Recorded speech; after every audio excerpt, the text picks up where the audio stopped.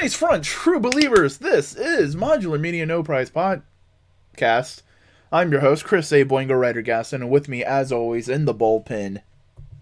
Representing the distinguished competition, but still keeping it slightly marvelous, the Backhumanator is here.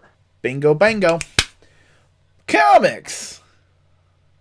Our thing. Yeah. This week is status quo-y? It's status quo-y, but there's also some big shakeups, big things happening, big boys. And, Yeah, but there's no big trailers. There's no big premieres or finales. It's just kind of more like we're in the middle of a show. We got our backup show going on. Comics just keep coming out. Some news, but nothing big, huge. Like, oh my god, McFarlane just bought Marvel. You know, that kind of bullshit. Mm-hmm. Well, I'll tell you something that is kind of earth-shattering for me. Remember last week when I said that retro card black suit Spider-Man was my figure of the year, and we're not even a full month into the year yet? Oh, did you get a new figure of the year? Fucking Gamerverse Miles is so goddamn good.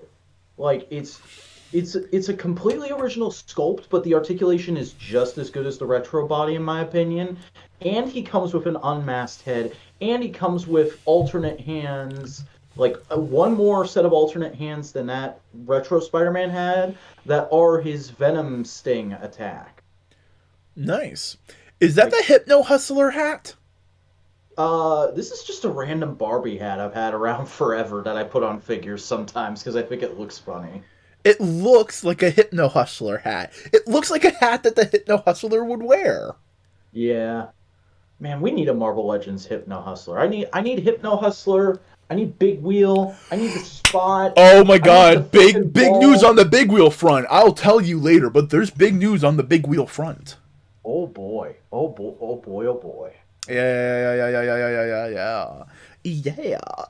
But no, Hasbro, legitimately, for third wave of retro card Spider-Man figures is just nothing but villains you haven't given us yet. Give me the Spot on the retro body. Let's do it. Let's get nuts. Well, you do. Hey, Marvel, you do see how popular Polka Dot Man was in the Suicide Squad, didn't you?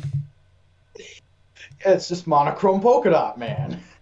Yeah, there you go. I forgot to turn on the camera so you can see what was going on in the show. Fine. I'm watching the show on my other monitor. Okay, fine. Jesus, I'm just trying to make the show efficient for you. I do appreciate the courtesy, though. Yeah. So we got some podcasts to do. We do. So, yo. Yep. Peacemaker. Peace fucking maker. This was the middle of the season. That's what this episode was. It was just like we're with the characters, we're seeing them, and we're progressing the story, but it's not to the end of the story. But it's also not an insignificant episode. No. I feel like this is the first episode where I really understand what the overarching idea with this show is. Because, there's various themes and stuff that's been at play since the beginning. But this is the first one where I was like, Gun's just doing the found family superhero thing again, but instead of it being a literal found family, it's a found friend group of co-workers. Okay. Yeah. But there's also little elements of examining toxicity in your own self. Mm-hmm. Because we can easily point the big ass finger to Peacemaker. That's the point the show is trying to make. But there's a thing with Vigilante right at the end. Yeah, Vigilante, Economo. Economist. Economo. I thought it was Economo. Okay, whatever. The dude whose name sounds like Economy.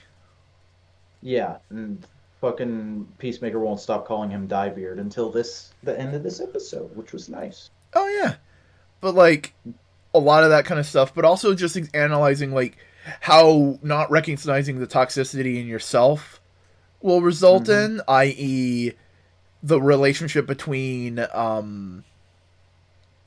Amanda Waller and her daughter and the White Dragon.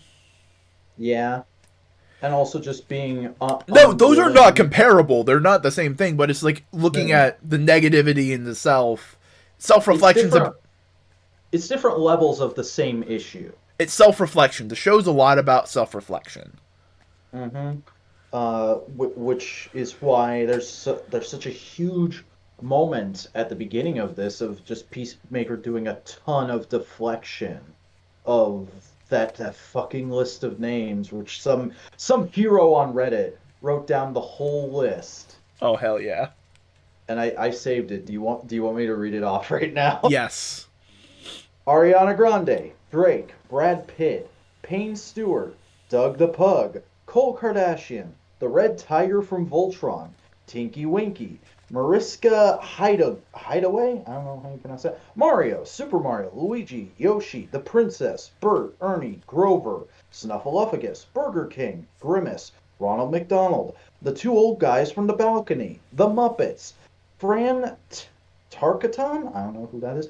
Joe Montana, Joe Montana again, Eddie Murphy, Michael Jordan, Michael B. Jordan, BTS, Eugene Levy, John Lovitz, Danny DeVito, Andy Kaufman, Jim Morrison, any of the Beatles, Pete Best, George Carlin, Danny Glover, Mel Gibson, Ice-T, Ice Cube, Vanilla Ice, Elvis Presley, Priscilla Presley, Seth Meyers, Jay Leno, Conan, Will Ferrell, Howard Stern, Bobby Bolivia, Robin Ophelia, Quivers, Telly Schultz, I don't know who that is, Freddie Stroma, James Gunn, Alice Cooper, Ozzy Osbourne, Sharon Osbourne, Bill Cosby, Amy Winehouse, Optimus Prime, Shipwreck, Cobra Commander, all the cunts from Riverdale. You know what I would have loved if John Cena added? Just one John instance of Cena. John Cena or Stone Cold Steve Austin. Or do you know what would have been better? Vince McMahon. Why? They already have the White Dragon in prison. Dude, you fucking set me up for that. Come now. I did. I did. I did. I should have said Hulk Hogan, honestly. But no, this is to put it into like this is like I wouldn't say it's an average day, but it's just like it's just superhero adventure. This, Mm-hmm. It's a solid little not filler episode, but it's a mission. It's going on a mission. It's the same thing as you get sometimes in Avengers EMH. It's just the mission of the week. yeah, but it does add more to the grander story. It does all that kind of stuff. It's It good. provides ample opportunity for character development, and we've also got other stuff going on in the background. There's a thing with the detectives and the Red Dragon that comes back to bite them a little bit, or maybe it doesn't. Ooh, and the a major thing that we bring in this episode that was set up all the way back in the first episode is now in a impetus for one of our leads to finally be in on the big plot twist. Mm-hmm. It's good. It's good, smart writing. Well, way to go, James Gunn. You're good. You're a good writer. Oh yeah, and there's a lot of other like little things. The X-ray helmet was good. The Yeah, that's the what I was talking the about. shootout. Um, God. I love how just unflinching this show is about showing us like blown open human heads too. mhm. God, and a uh, fucking chainsaw going through a gorilla. goddamn. And they set up Which that gorilla earlier. yeah, they set up that gorilla really well. And I had when I first saw it, I had a split second of it's fucking Grodd. What? Uh, there's a lot of fun in this. Yeah. And that going back to that gorilla allows for a great badass moment for Peacemaker, which he's rarely gotten a chance to have in this show so far. But just who's Charlie? He's our guardian angel. Looks like he's been slacking. Shoot. Oh yeah. Like this episode is a prime example of like the appeal of characters like Peacemaker and Vigilante. Mm-hmm. Like This episode was purely just like, all right, we've made fun of these guys. Now here's a reason why people enjoy their comics and seeing them and show up and stuff. Yeah, here's a moment to see them in action and be reminded, like, oh yeah, these guys are badasses. There's a reason why Waller would want them to be the big hired guns for this team. Except Vigilante, because he wasn't part of the plan. No, He just showed up one day and was like, hi. Vigilante is the fucking Sixth Ranger of this team. Oh yeah, no, he's great. Have you been seeing the headcanon kind of going around? That he's autistic? I'm not sure. That would make perfect sense, honestly, yeah. And here's the thing. It's not a headcanon from neurotypicals. It's from neurodivergent people saying, like, oh no, I see that. I see myself in him. Which, honestly, I do see some of myself in Vigilante. Yeah. Yeah, that works. Go with it. Yeah. As far... Like, here's the thing. A lot of those moments, I think they were intended to be sociopath. They were trying to write a sociopath. Yeah. I don't feel emotions like other people do. But that's... Meanwhile, like, what wasn't it like 2 or 3 episodes ago that he broke down in Harcourt's car? Yeah. Oh, dude. Remember how we were talking last night about how I went to my local vintage toy store recently? Yeah. Guess what they had sealed on card there? What? The Justice League Unlimited Vigilante figure. Oh, the cowboy one? Yeah, is $15. I should have gotten it, but there were just so many good Transformers that I couldn't afford to get anything else. It's always next time. It's always next time. Yeah, always next time. If it's not there, piss, You'll cry, see and that. shit yourself. I mean, there is that too, yeah. Speaking of piss and crying and shitting yourself, the butterflies. Just trying to figure out what's going on in this whole situation involving them. Like, to be honest, when we got that moment a couple episodes ago, I think it was at the end of the first 3 actually, where you get that reveal that the butterflies are just fucking everywhere. I was like, how are they gonna do this whole story in just 8 episodes if there's that many of them? Is there gonna be like a big ex machina at the end of the season? But now I'm starting to get the feeling that this might be like an ongoing show. This might end up being like the last DC Snyderverse thing that keeps going, because they're getting ready to reboot out of it with the Flash movie. But this is going to keep going. Like, this is the most popular streaming show in the world right now, which is fucking impressive considering Book of Boba Fett is going on. And James Gunn is saying, like, yeah, I've talked to some executives. We're not confirmed yet, but it's highly likely we'll get a season 2. Will James Gunn be the first person to have simultaneous DC and Marvel projects going on at the same time? I mean, he kind of is, because he's working on the Guardians of the Galaxy holiday special right now. And 3. Yeah. Because I think they've wrapped filming and doing post-viz? Or no, they're still in pre-viz. They're still pre-filming. Holiday special is wrapped, and they're doing post-viz at the same time as they're doing pre-viz for free. And note, it's pre-viz filming post-viz. That's the order for people. Mm-hmm. And I Am Groot. The I Am Groot special. Yeah, I forgot about that. Is that going to be entirely CGI? I have no idea. God.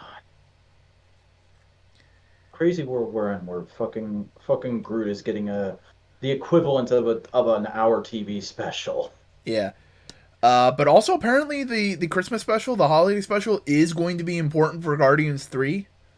Whoa! All right, let's go. Also, hold on. Have you seen the what James Gunn has said about Guardians? That he's like done with the MCU after Guardians 3? No. That those characters are done. He may come back and do Guardians 4, but it's not with Star-Lord or Drax or Gamora, Rocket or Groot. Like, basically he's saying those characters, I am done telling those character stories. I will come back, but with new characters. So we're getting a Blake 7 ending. maybe. I don't know. Part of me wants to just say, like, they kind of get a happy end. And Right off into the sunset. yeah, but also, it's James Gunn. Like, Guardians 1 and 2 lulled people into a sense of security with them of like, oh no, he's a good mainstream writer. And then the Suicide Squad and this are just making people go like, oh right, you're James Gunn. Liver.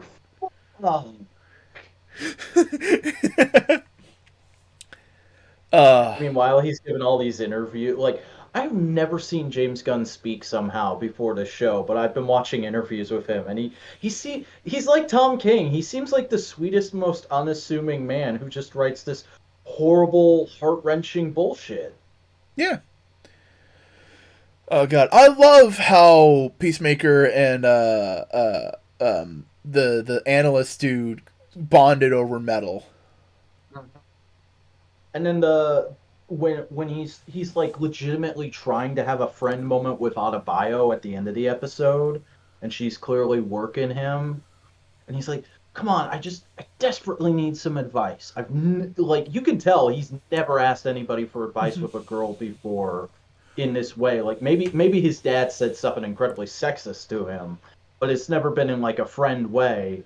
And Adebayo's just like, look, you're better off cutting your losses, man. Yeah. It's not happening.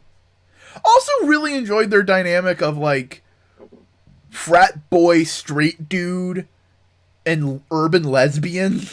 Mm-hmm. Of him just going like, oh no, come in for a drink. And she just immediately goes like, are you trying to do that my dick will turn you straight thing? And goes like, no. No, it's my dick is a lesbian. It's like, no. Yeah. My dick is a lesbian, but like playing into the joke. And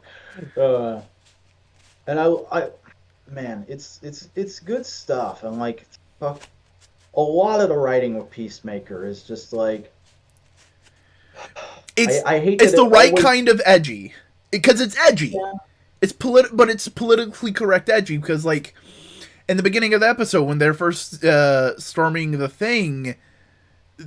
The woman says like, yeah, no, my wife, and like Peacemaker goes like, oh, you're a lesbian, and like does something incredibly like horribly sexist and offensive, but like it is played with you're being an idiot. Mm-hmm. And he gets corrected and he goes like, oh yeah, no, I'm sorry. It's good. It's like, I fucking hate that it always comes back to the show with me, dude, but like the like good fucking writing for Peacemaker of him being like a fucked up guy who says fucked up shit, but you get why he does. This is what Jake from Power Rangers Megaforce should have fucking been. God damn it! If they wanted to do that character, this is what it should have been. Yeah. So you're saying John Cena for Power Rangers confirmed? I mean, dude, John Cena should be Zordon in the next live action movie. Let's do it. No, Alpha. He should be Alpha. No. Better. John Cena as Lord Zed and Batista as Goldar. God damn. Okay. Who would be Rita then? Is Melina doing anything? I don't know. Either way, though, good episode, good television. Yeah, I liked it. Yes. Also, it just felt gritty and grimy because of them being in the warehouse. It was good, like, classic B-movie horror-y kind of shit. Such great use of a setting. Felt very Kamen Rider at times. I still want to know what the fucking Butterfly's plan is. Do they just want to take over? Are there factions? Mm-hmm. Who knows? I really feel like with that hesitation that Commander Man showed at the end there, I feel like we're getting factions.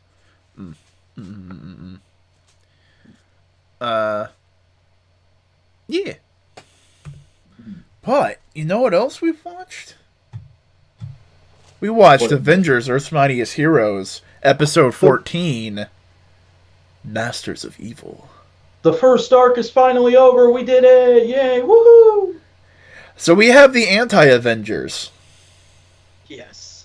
The Neg Avengers. And this is exactly what it says on the tin. The Masters of Evil eliminate the Avengers one by one. They make one screw up, and then the Avengers win.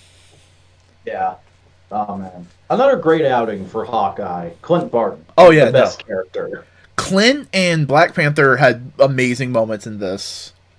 Mm-hmm. Um, Also, like a lot of great time for the villains to shine. I completely forgot Crimson Dynamo was in this show, but he gets some really good moments in this episode. oh yeah, no, and it immediately shows like why villain team ups never work, because they immediately go like, "You're an idiot. Fuck you. I'm better." Why are you in charge? Why are you in charge? Why are you in charge? And Enchantress is just like, this was my fucking idea in the first place. Can I just have my dick, please? Can I get my dick? Thor, can you give me dick? No. God damn it, Thor, I just want your dick. I have a fucking girlfriend. Leave me alone. She can come! I would love to see like a parody 4 comic that's just making fun of how girls, when you go up to them in stores and stuff, now they just automatically say I have a boyfriend, but it's 4 saying I have a girlfriend to the Enchantress. All the while though, you have fucking Wonder Man just going like, I just want to be fucking normal. Yeah. I don't want to fight. Can we just stop? This is weird. You guys get that this is weird, right? Does anybody have some not be radioactive pills lying around I could take? And then Iron Man just comes in and goes pew pew. Yeah. Also, Hank got a badass moment too. Oh yeah, Giant Man fucking played ball in this episode. He was good. It's good solid times. I think if I had like the further we get into the show, I really get the feeling that like if I had seen the show while it was airing or even earlier in my life, I would have been really into it and I'd be much more a Marvel fan these days.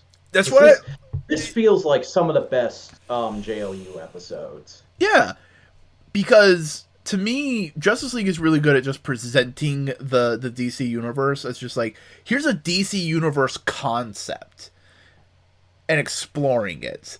While it's the Transformers Cyberverse of DC shows. Well, Earth's Mightiest Heroes is really good as it showcases characters and how they work with the greater Marvel universe.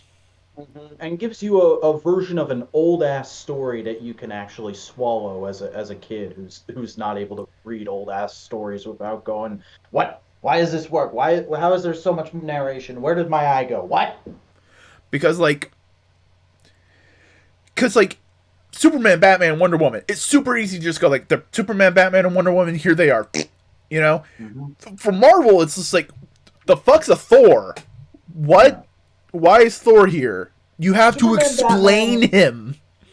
Depending on the person, Wonder Woman might be a little hard, but like, for most cases, Superman, Batman, Wonder Woman is super easy. It's like Flash, Green Lantern, Hawkgirl, Martian Manhunter, they're the ones you have to explain. You focus the show around them. Whereas it's kind of everybody here, except for Iron Man, because he just had a big deal movie. Yeah, and he is not necessarily our point of view character, but he is our audience surrogate for like, Hulk, why are you doing this? Janet, no. Cap, please. And like all that kind of stuff.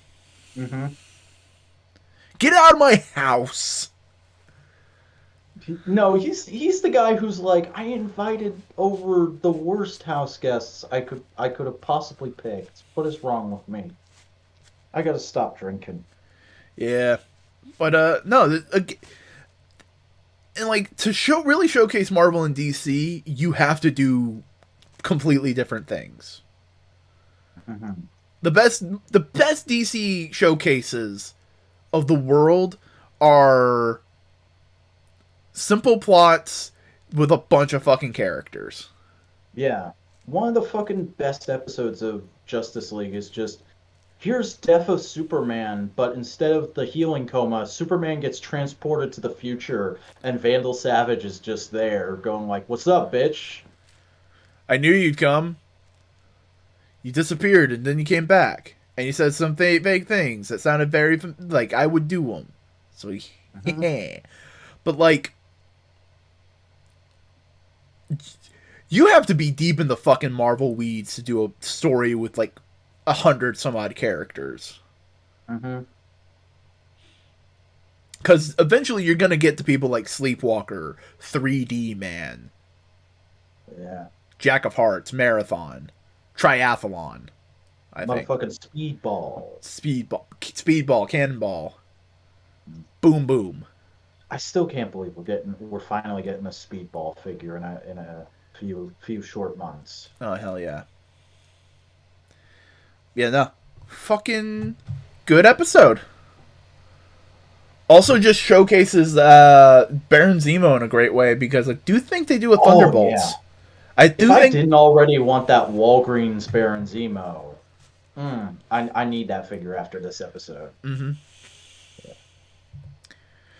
But you know what we do need to talk about? Some toys. Fucking bullshit. Toys and news. Talk about bullshit first. Yeah, we need to talk about some bullshit. So first things first, absolute bullshit. Tell me you haven't understood the point of a book.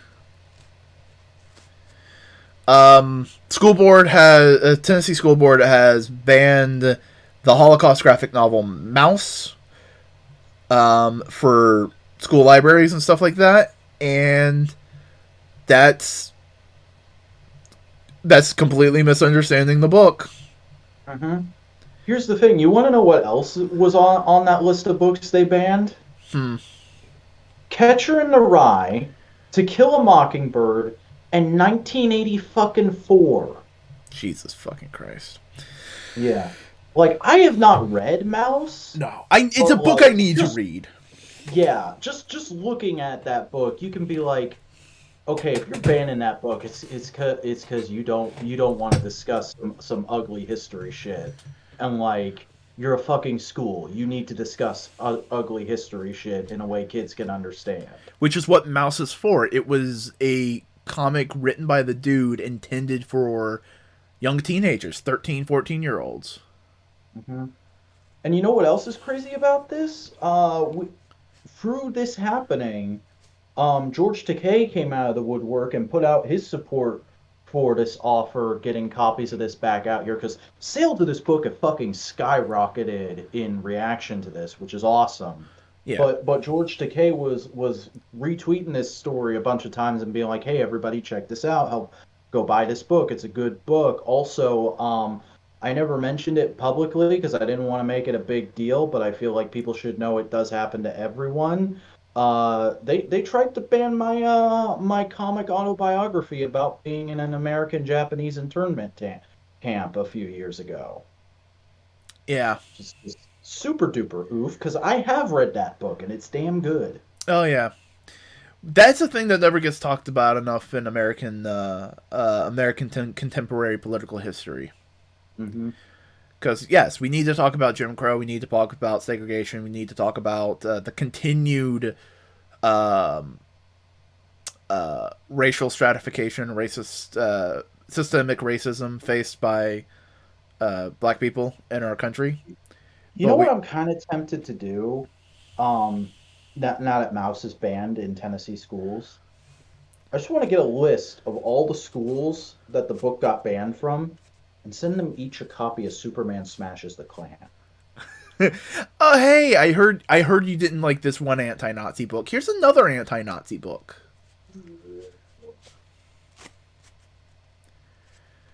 That would be a very expensive venture, though, so I don't think I can actually do that. No, it's a fun thought. Fun thought. Yeah.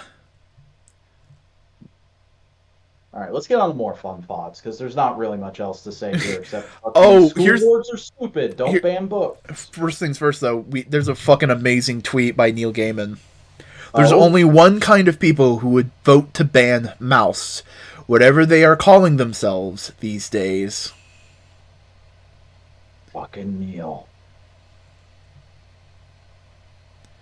There was also a brilliant little political cartoon I saw of, like, the school board being drawn as cats and the person defending Mhm. mouse being a mouse.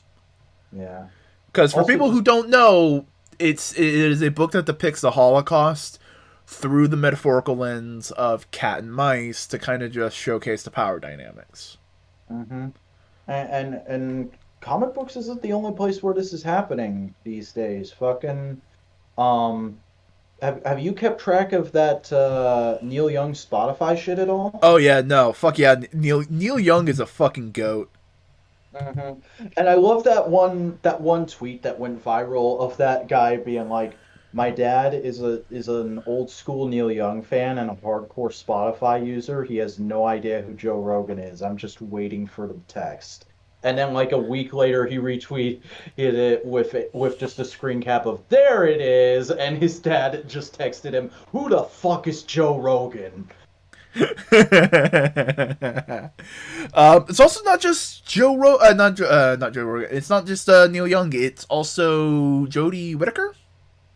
Oh, good for her. Someone out, another musician around his same kind of like circle, took off her music in solidarity. Oh, is it a different Jodie Whittaker? Because I the don't Jodie know. Whittaker I know is the fucking doctor. No, then it's not Jodie Whittaker. I don't fucking know. Hold on, let me look it up real quick.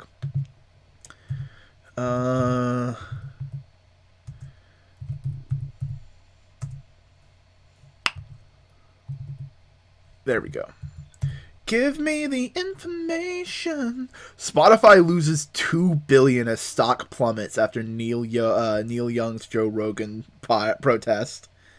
Swag, swag, swag, swag. Fuck yeah, Joni Mitchell. Hmm.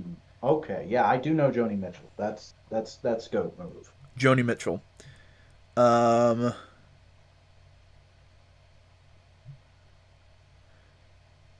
I mean, hey. At least you can hold Spotify to the fact that they took it off. Mm-hmm. Oh no, there's more artists from the LA Times 5 hours ago. It's been updated recently, apparently. Ooh. Let's look at all the fucking goats. Let's fucking look Mm-hmm. at the goats. Yeah, fuck comic books. Let's talk about musician goats for a minute. Let's see. Joni Mitchell, Mhm. same label as Young. The mounting opposition also sparked rumors that various big names from Foo Fighters and Barry Manilow to Harry and Meghan, the Duke and Duchess of Sussex, will be next to walk, but none of the speculation come true so far. Amid the rising pressure from musicians, Joni Mitchell, Neil Young, no wait, Niles Lofgren, I've never heard of that guy.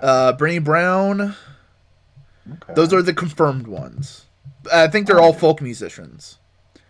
Yeah, that would make sense. But like, no.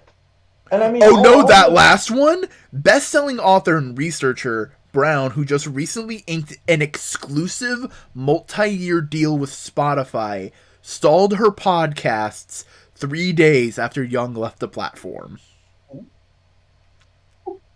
I will not be releasing any podcasts until further notice.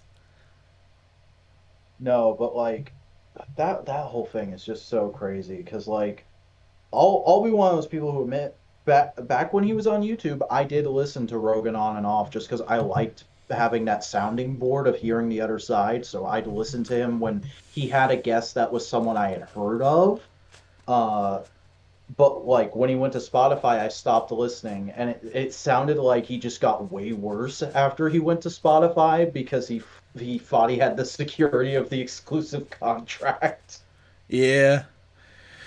Buddy, if Foo Fighters and several other people leave Spotify, Spotify's just gonna fucking cave eventually. Oh yeah, yeah. I'm surprised they haven't caved already Just with from the that bad stock press. taking. Mm-hmm. No, we need some like contemporary pop makers. Little Nas X, Yo, Billie Tay Eilish. what you doing? What you doing this weekend, Tay Sway? Pull your music. Pull your music. Oh, if Taylor Swift pulled her goddamn music, Mm-hmm. um, Billie Eilish pull her music, Yeah. Harry Styles pull his music.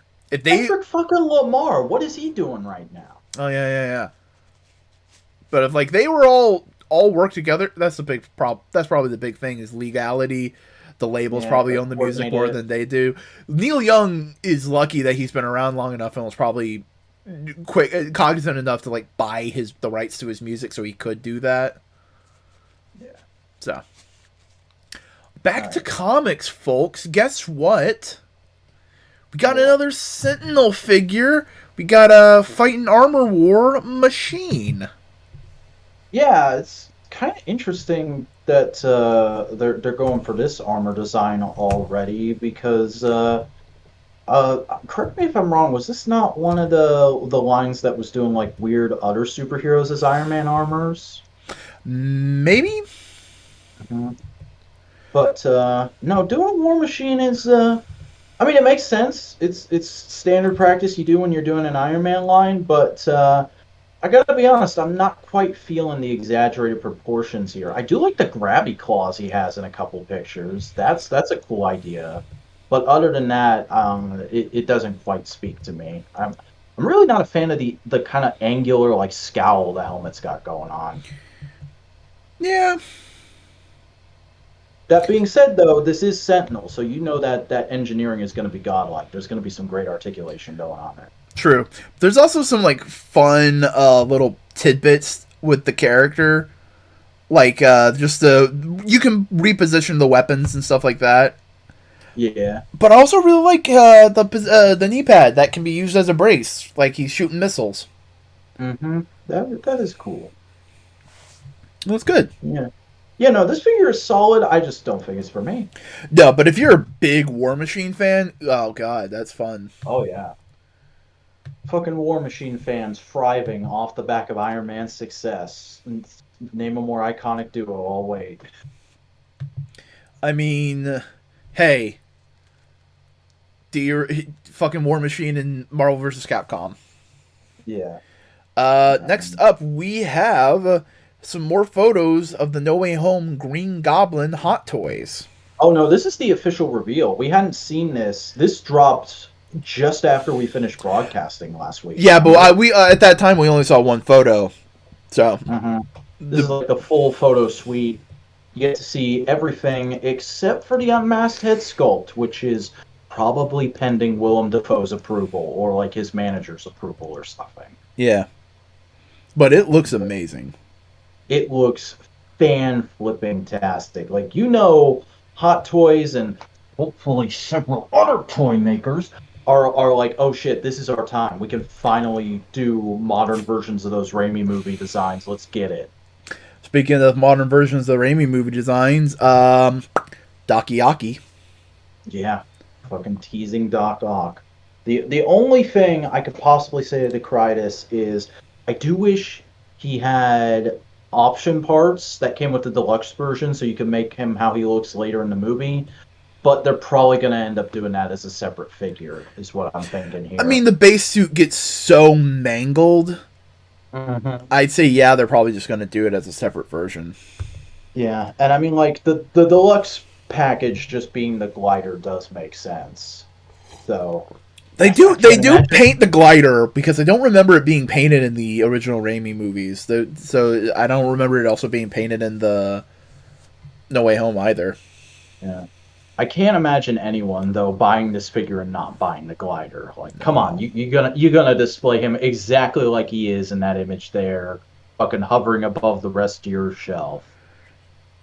It's a strange thing. It's like comic book universes tend to develop like a thing of technology that makes no goddamn sense, only because one iconic character uses it. Yeah. Like, how many fucking gliders are there in Marvel Comics? I'd say like 10 at this point. Yeah. You have you have all the goblins, so you have Green, Hob, Demo, you have Red. Jack. You have Jack-o'-lanterns, bouncy glider thing. Mm-hmm. How much? Oh. Did my camera just decided to die. Oh. Uh-oh. Shit, are we still live? Yeah, no, we're still live. The camera just wanted to be a poop head. They can still hear you. Yeah, they can still hear me. Camera's back up. Oh, that's fun. But like Shield Tech in Marvel. Mm-hmm. Because of Captain America's shield, everybody likes a shield. Yeah. Or Hawkeye's Sky Cycle and the Fantasticar and all that. Yeah. DC probably has something like that. Every character has a mobile. Has a blank mobile. Fucking Batmobile.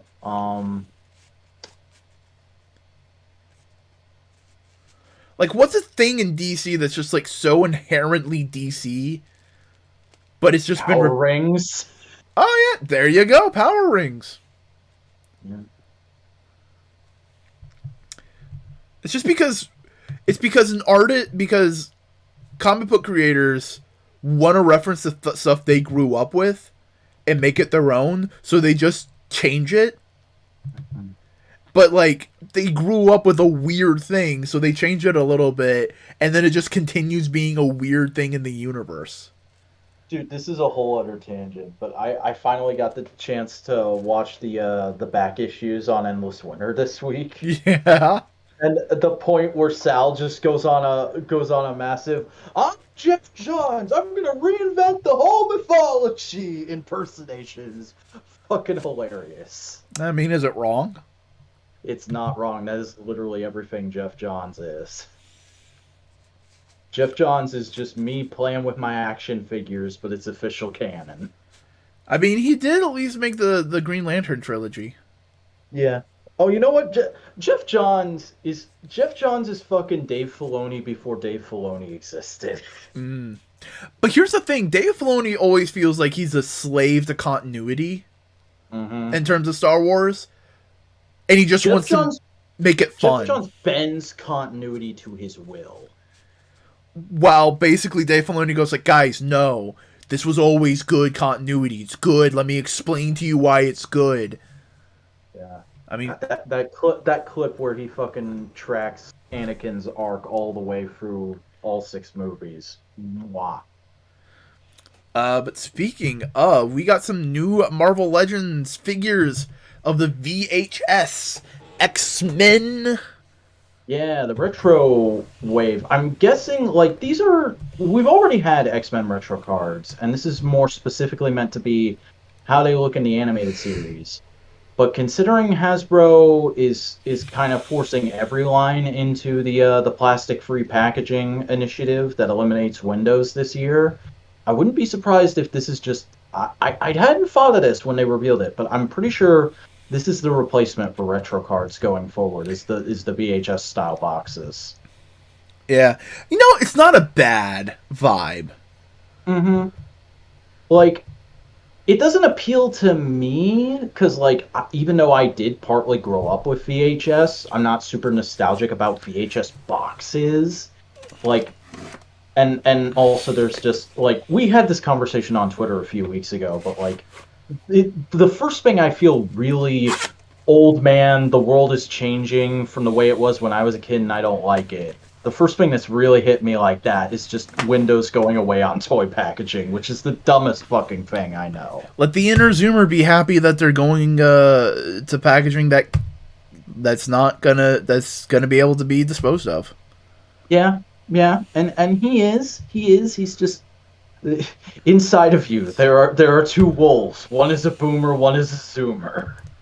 That's my life. The Sinister looks great though. Oh yeah. If you don't already have that, what was it, Apocalypse Wave Sinister? Perfect replacement or substitute. Yeah.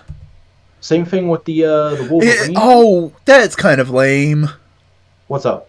Because he's a thicker figure, the box is thicker, so it's not an exact VHS thickness.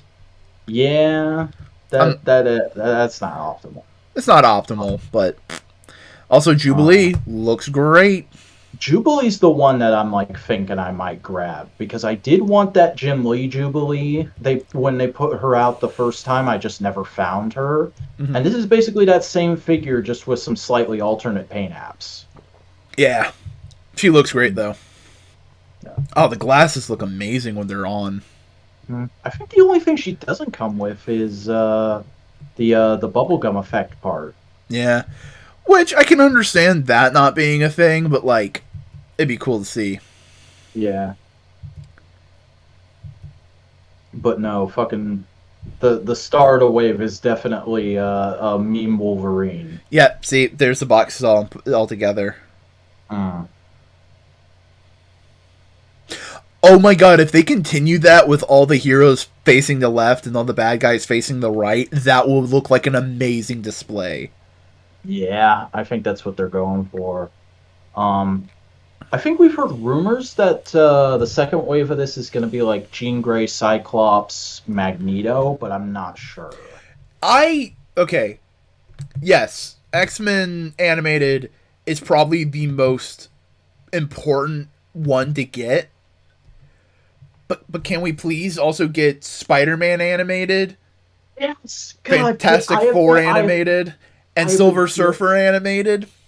Dude, I have been feeling that way since we got the announcement that they're doing a continuation of X-Men animated. I'm like, yeah, great for the people who grew up on that, but where the fuck is my 90s Spider-Man continuation?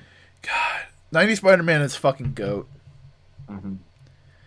And anybody who says Spectacular is better, fucking look down at the shoulder of the giant you're standing on.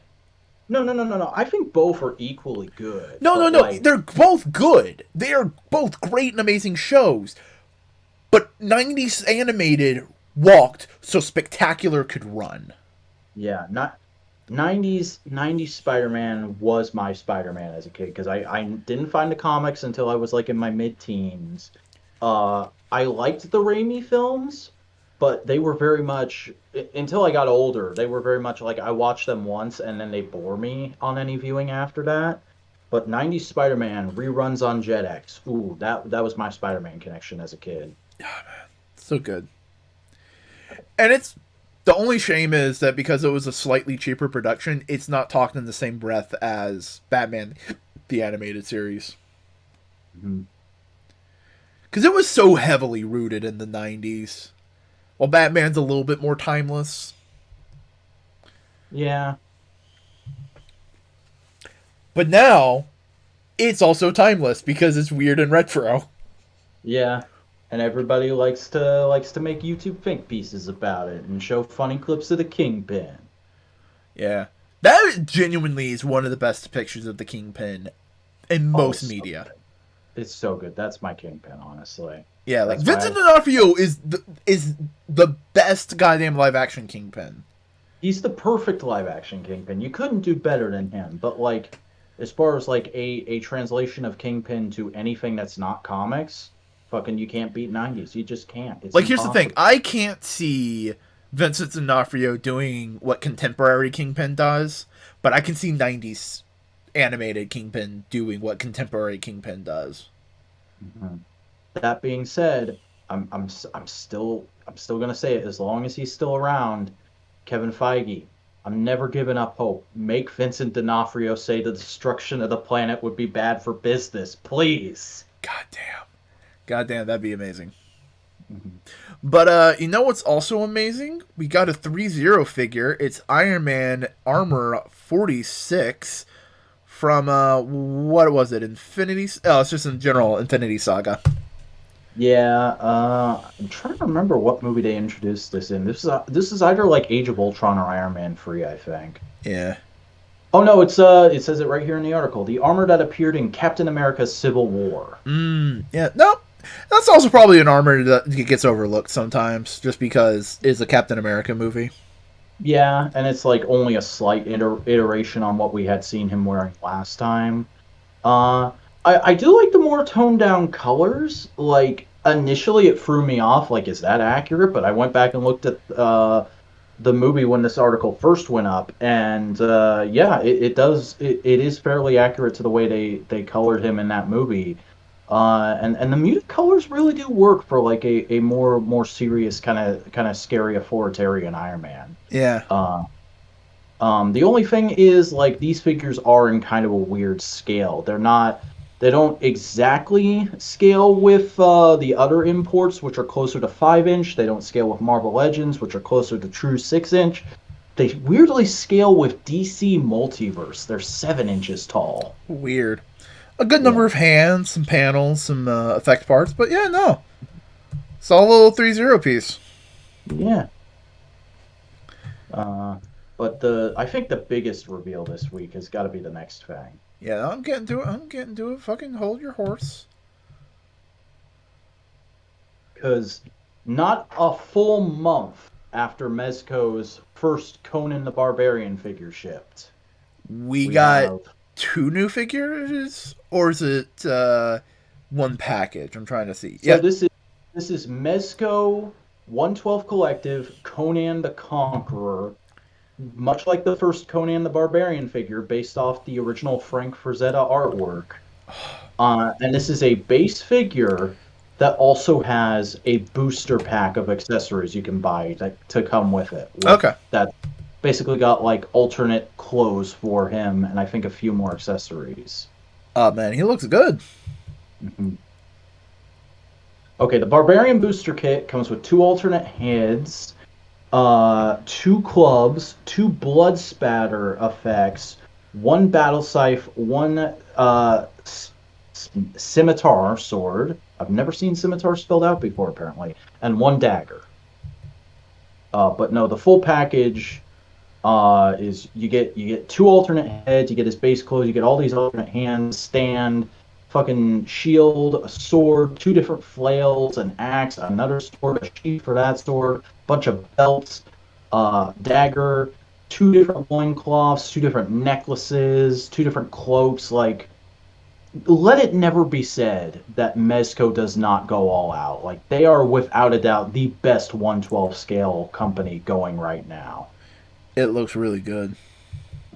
And you are, and make no mistake, if you're interested in this figure or any figure we talk about from them in the past or future of this show, you're going to be paying a pretty penny for it. Because I believe this figure, what's the MSRP on this figure? I think it was something kind of crazy.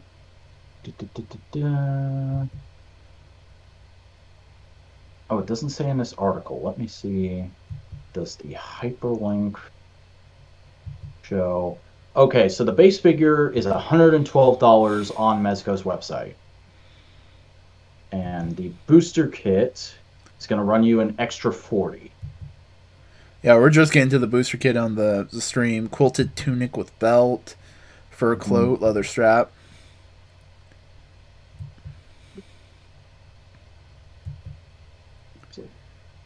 Like, honestly, if I was just going to say fuck it and start collecting a DC line right now, I would probably go for Mezco's DC stuff, because they've been slow on some things, but they've been fairly comprehensive with everything they've done. And it seems like they've still got plans to expand. Like, they teased a Robin a little while ago, and we haven't seen the full reveal of it yet, but I'm excited to see what that figure looks like and what else they'll do after it. Yeah, no, all that looks fantastic. Yeah. And we got last but not least, Todd farted some more toys out. Yeah. The button I want. That's the button I want.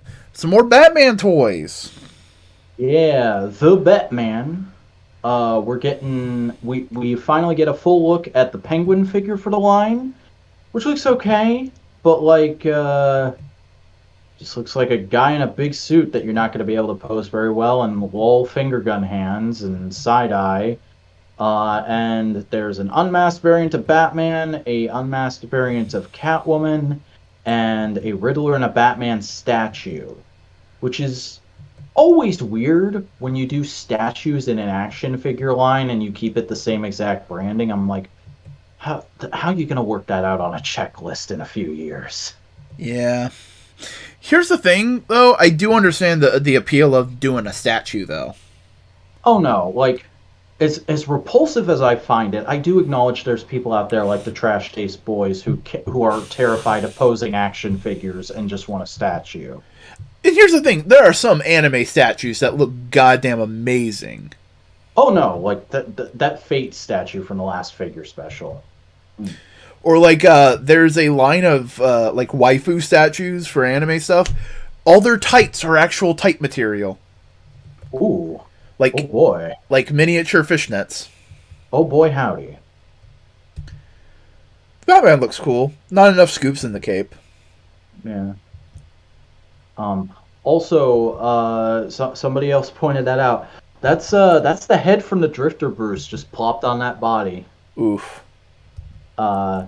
And given side eye, because for some reason all DC multiverse figures have to have side eye now. I guess it's like a.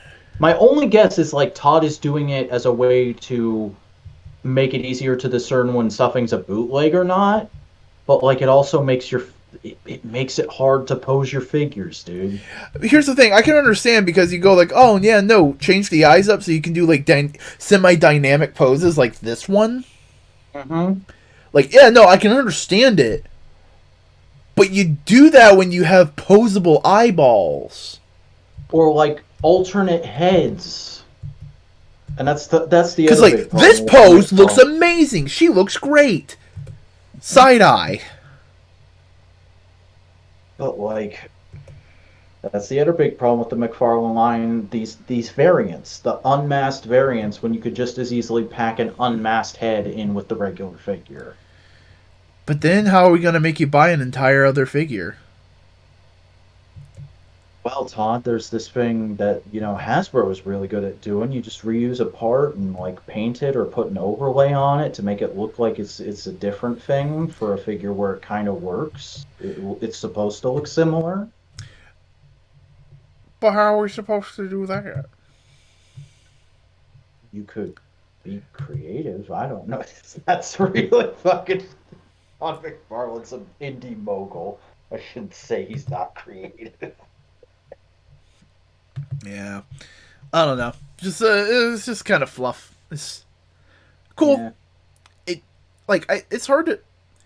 At this point, I can be excited for like MCU toys before the movie comes out, but like, that's because that Marvel has built up a level of trust with the MCU. Mm-hmm.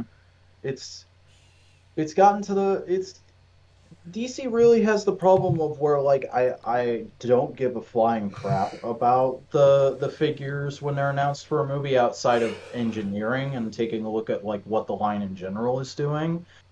But like fucking now that we're enjoying Peacemaker so much, I have been tempted to circle back around and get that Suicide Squad figure a couple times. I'm surprised he hasn't tried to jump on the Peacemaker train and make a Peacemaker vigilante.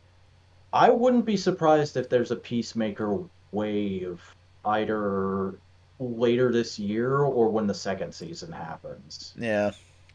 Are you ready to talk about... At this point, it's all but confirmed there's a second season. And yes, I am ready to talk about comics. Well, the first comic we're talking about is one I read. Iron Man number 16.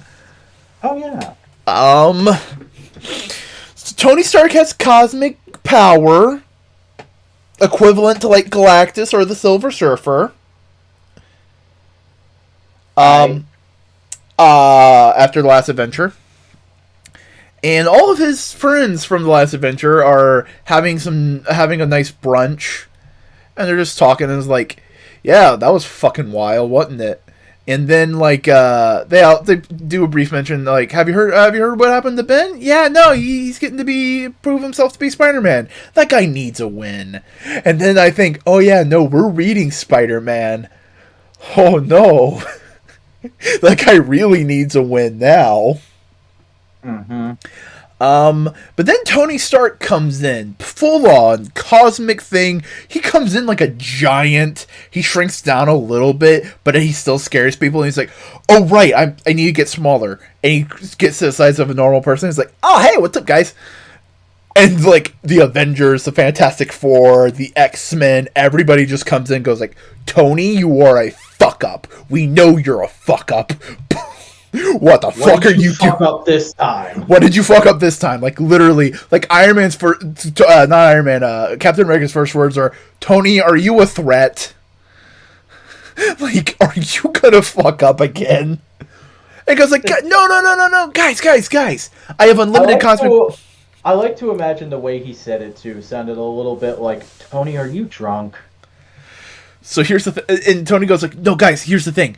I know what's the problem. See, people like Korvac and Doom, yeah, no, they can solve all our problems, but they get rid of free will. So I know what to do. I'm just going to give everybody the same capabilities as we do. What? Right now, I just made all of you as smart as me. Oh, no. Everybody in the local area is now smart as I, Tony Stark. That's bad. That's not great. Oh no, it gets even better because everybody starts talking with like higher vocabulary, and then Sue goes like, "Oh God, he did this," and Reed just goes like, "Yep, I feel dumber," because he now has the intelligence of Tony Stark and not Reed Richards. You know it's bad when Reed Richards loses IQ points and you get a sinking feeling in your stomach. Yeah. And then we see a little bit of the local area. I like to imagine somewhere off on the other end of New York, you just hear Moon Girl screaming, "What the f-?" No, but the best part is like Tony's trying to explain what he wants to do, and Captain America just keeps interrupting him, and like eventually Tony Stark just goes like, "For fuck's sake, Steve, will you let me finish, please?" Like he's not angry, like he's just like, "Can you just let me talk?" That makes sense. Yeah. I'm trying to remember how it ended because basically it ends with like everybody going like, "Oh God." So let me pull up the book real quick, see if I can find that info real fast. Because essentially, Patsy basically comes up to him and goes like, "Tony, you do realize this is probably going to blow up in your face, right? Like, this can't last. You know, it's not..." And he's like, no, I know. It always does. I just got to see how. Yeah. No, he's basically like, no, I'm cosmic now. I can do this shit. I'm good. We're good. This is gonna solve all the problems. We're gonna make world peace. Everybody's gonna sing Kumbaya now. I'm trying to remember because it was something specific. Yeah, so everybody comes in, goes like, "Yo, what's up? I thought of a solution and ideas that I had in the past and gone awry, and I realized something. They didn't work because they were trapped in here, but now what's in here doesn't have to be trapped inside. It can be shared as a gift." Basically, guys, I have been able to solve all our problems, but the only reason it hasn't worked is because you don't get it. I can make you understand now. Right. You know, and we do see some things that like are going right, that because people in the local area are starting to get higher intelligence. Like we see a married couple start arguing, and because they have a higher like they know more stuff and they can recognize it in themselves and go like, "Yo, I'm sorry, I didn't want to do this. I didn't want to wash the dishes," but it's all fucking giant vocabulary bullshit. You see a guy and a mechanic thinking about their car, trying to solve it stuff. You see a fucking 10-year-old speak on fucking philosophy. You guys ever think about how life as we know it is barely cognitive expression of simplistic patterns, and how, given the sheer size of the universe, the activity of the human race is basically indistinguishable from randomized background radiation patterns? Which is to say, life is essentially the same as non-life. Bro, now is not the time for a folding ideas video. Oh, this is how... Yeah, no, I forgot about this. Big Wheel shows up. Oh, fuck. And here's the thing. Big Wheel has now the intelligence of Tony Stark. So he built a Big Wheel Iron Man armor, right? Kinda. But basically, he finally wakes up from a coma, he goes and builds a brand new Big Wheel and starts hacking all the cars near it. And so Hellcat and Iron Man try and stop him. And he keeps going like, "No, guys, you don't understand." And when Iron Man finally gets the thing, Big Wheel just goes like, "No, I was trying to solve traffic jams, because if you use this algorithm I designed with the big wheel as its center, we can eliminate traffic jams and make it so everybody can get to work faster." He was trying to do good, but he has Iron Man brain, so he did good in the worst way possible. Wow, that's actually fucking Big Wheel representation over the last couple of years. where the fuck is that Marvel Legends wave? That's just the big wheel guy, and the Build-A-Figure of the wave is the big wheel. Oh yeah. Also, the good big wheel design, and basically they point out it's like, because you didn't ask permission. That's the fucked up thing. Oh, right, that's how it ends. Basically, Hellcat goes like, you know what, Tony? You know what you sound like? You sound like the guy you just fought. And then we see a little bit later, Hellcat's talking to someone, and she recruits someone to help take Tony down a peg. Doctor Oh. Doom. Yeah, I imagine Doom's pretty pissed. I will demote this Iron God back to an Iron Man, one way or another. Nice. Yeah. So that's gonna be fun. So hey, you want to tell me about fucking Byman and his ally?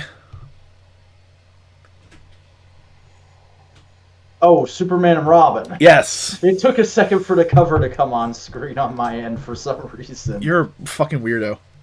So this is fun, but not like essential reading because it's really just Peter J. Tomasi wrapping up all the last little bits of loose ends from his Superman slash Super Sons run, and just kind of doing one little story of like, okay, everybody who wants to know what I would do with aged up John, here's what that dynamic with Damian looks like. It's basically the same because remember, John's body is aged up, but he's not really aged up. He's still supposed to be the same kind of guy.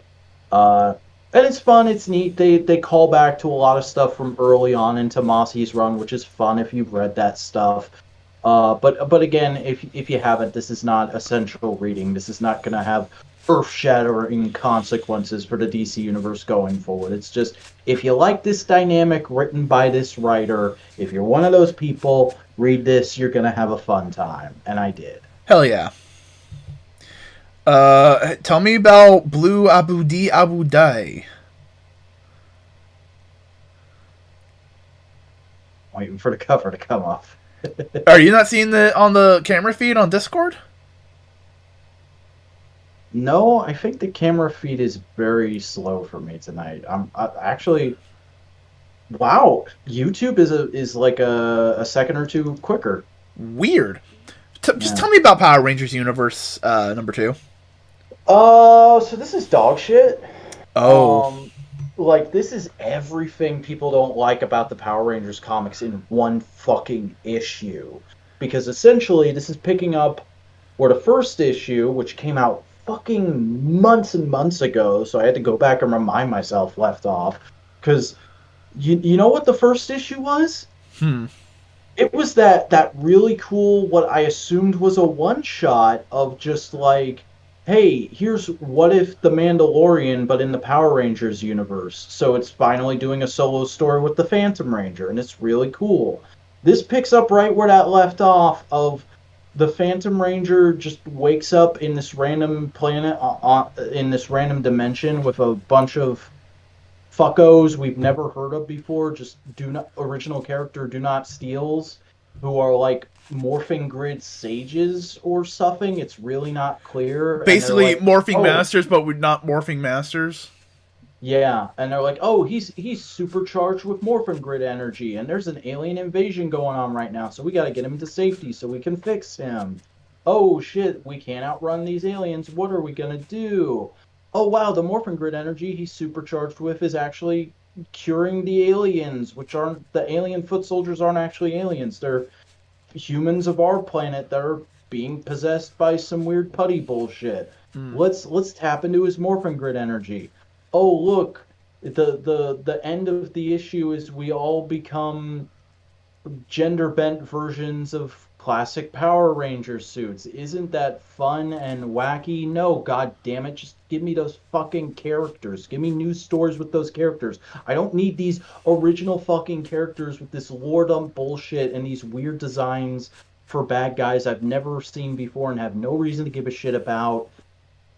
It's ugh, it is literally, why should I care about this, the issue. You know what this sounds like? It's all the Power Rangers problems I've been hearing about the comic from you and Busto. Hmm.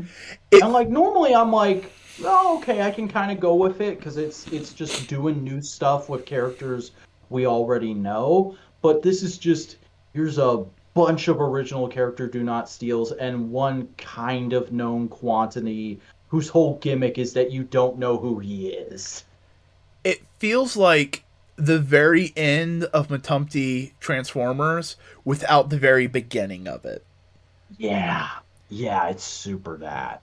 Because like the beginning of all the IDW Transformers was like super heavy, reliant on continuity, building up everything, just like setting all the fucking foundation and everything, and then they fucked with shit. No, it took them like 10 years to get to And I even don't mean fucked with starting shit in like a Matumti. negative way, but No, tried weird out their ideas, messed yeah. around with it. Let's completely recontextualize what it means to what gender means in Transformers. Hmm. And this is like the Power Rangers comics since Shattered Grid have just been trying to rush to that without giving us the build up we need to be ready for that. Like, okay, great, there's the first lesbian Power Ranger couple in Beyond the Grid. That doesn't make Beyond the Grid good. Beyond the Grid is like genuinely the most boring Power Rangers story I've ever fucking experienced in my life. You know what they should have done? Just a continuation, Mighty Morphin Power Rangers, just ongoing, and then a separate book that's just every 3 issues, every 2 to 3 issues, is a different Ranger team and just a fun little adventure with them. Yeah, just checking in on a different team. Like, and then eventually you do like 2 or 3 of those, and then you go to a team that like would be interesting to just see a continuation arc. So you do a little mini part of an arc with them. You go check on another team. You check back on that team. So it stays like in Or space. Like you, or hell, you know how these books have been so thirsty to take like random Sentai designs and go like, no, here's a Ranger team from another planet that's this Sentai design. I'd be really into that if we had actually bothered to do stuff with pre-established Power Rangers teams in this comic book universe first. and then hey, look, you want to fucking use the Jetman designs for a fun adventure? 2 to 3 issues, Jetman adventure. Hmm. Also, don't just like kill them off to be able to kill off a Power Ranger to show how badass a villain is. Yeah, no, Because I think they did that with like Changeman or Five Man a few issues ago, and people were really upset about that. I don't know. If you're enjoying it, you're enjoying it. Hmm. I'm enjoying the main two books right now. They're managing to balance stuff pretty well. This is just like everything people don't like in One. one issue, and none of the stuff I like is present. You want to see some stuff that I like though? I would love to see some stuff you like. X-Men #7. Okay. All right. Um, What's Jerry up to this week? Well, considering last week we had a little bit of flash forward, this week we get a flashback of why is Scott Captain Krakoa? If memory serves, he got deaded. He did get deaded, but this is kind of the exploration of how he got deaded Mm. and all that kind of stuff, which is basically Jean, Polaris, and Rogue were off doing a thing while some Do you stuff. think there's like shippers within the actual Marvel universe who think really poorly of Jean because she's like on Captain Krakoa's arms right after Cyclops died? Do you think Miss Marvel is like really disillusioned about the fucking Maybe. Marvel girl? Oh, we got some possible updates to the polycule for them. Ooh. Because basically, and a big monster thing kind of happens, kind of goes down. They have to fight a bunch of these fucking hybrid monster animal things, and they're doing okay. They're fighting them, and eventually one of them just kind of gets an upper hand on Scott for a second and just like nicks his neck for real quick, and he's down, but he's not gonna die. He just gets his neck nicked, and the guy who made all the monsters comes up to him disguised and just continues slitting his throat so he bleeds out, publicly killing him. So Scott Summers, Cyclops, is dead in the public eye. And since humans are not allowed to know about the resurrection protocols, he can't come back as Cyclops. So Nomad. Kind of. So basically, Forge and Jumbo design the Captain Krakoa costume so he can continue being the leader of the X-Men. But there's also a lot of fun character details because like they explain like what did Scott say to be on the X-Men, because you had to like present your case during the Hellfire Gala to be on the X-Men. Scott said, "I am the X-Men." Which is just like, ooh. Yeah, that sounds like Scott. Big ass balls. But no, there's an adorable moment where after Scott dies and comes back, he just starts leaning on Emma and just like going like, "God, our fucking life is weird, isn't it?" And she goes like, "Yeah, Scott, you can't go join the X-Men. You died in a public fashion." And it's just like a kind of a sweet moment. And I'm just going like, are you trying to reintroduce Emma into the polycule? Is that what you're trying to do, Duggan? Because I approve. I approve feel like greatly. He's on again, off again. Like it's it's really Gene, Scott, and Logan's thing.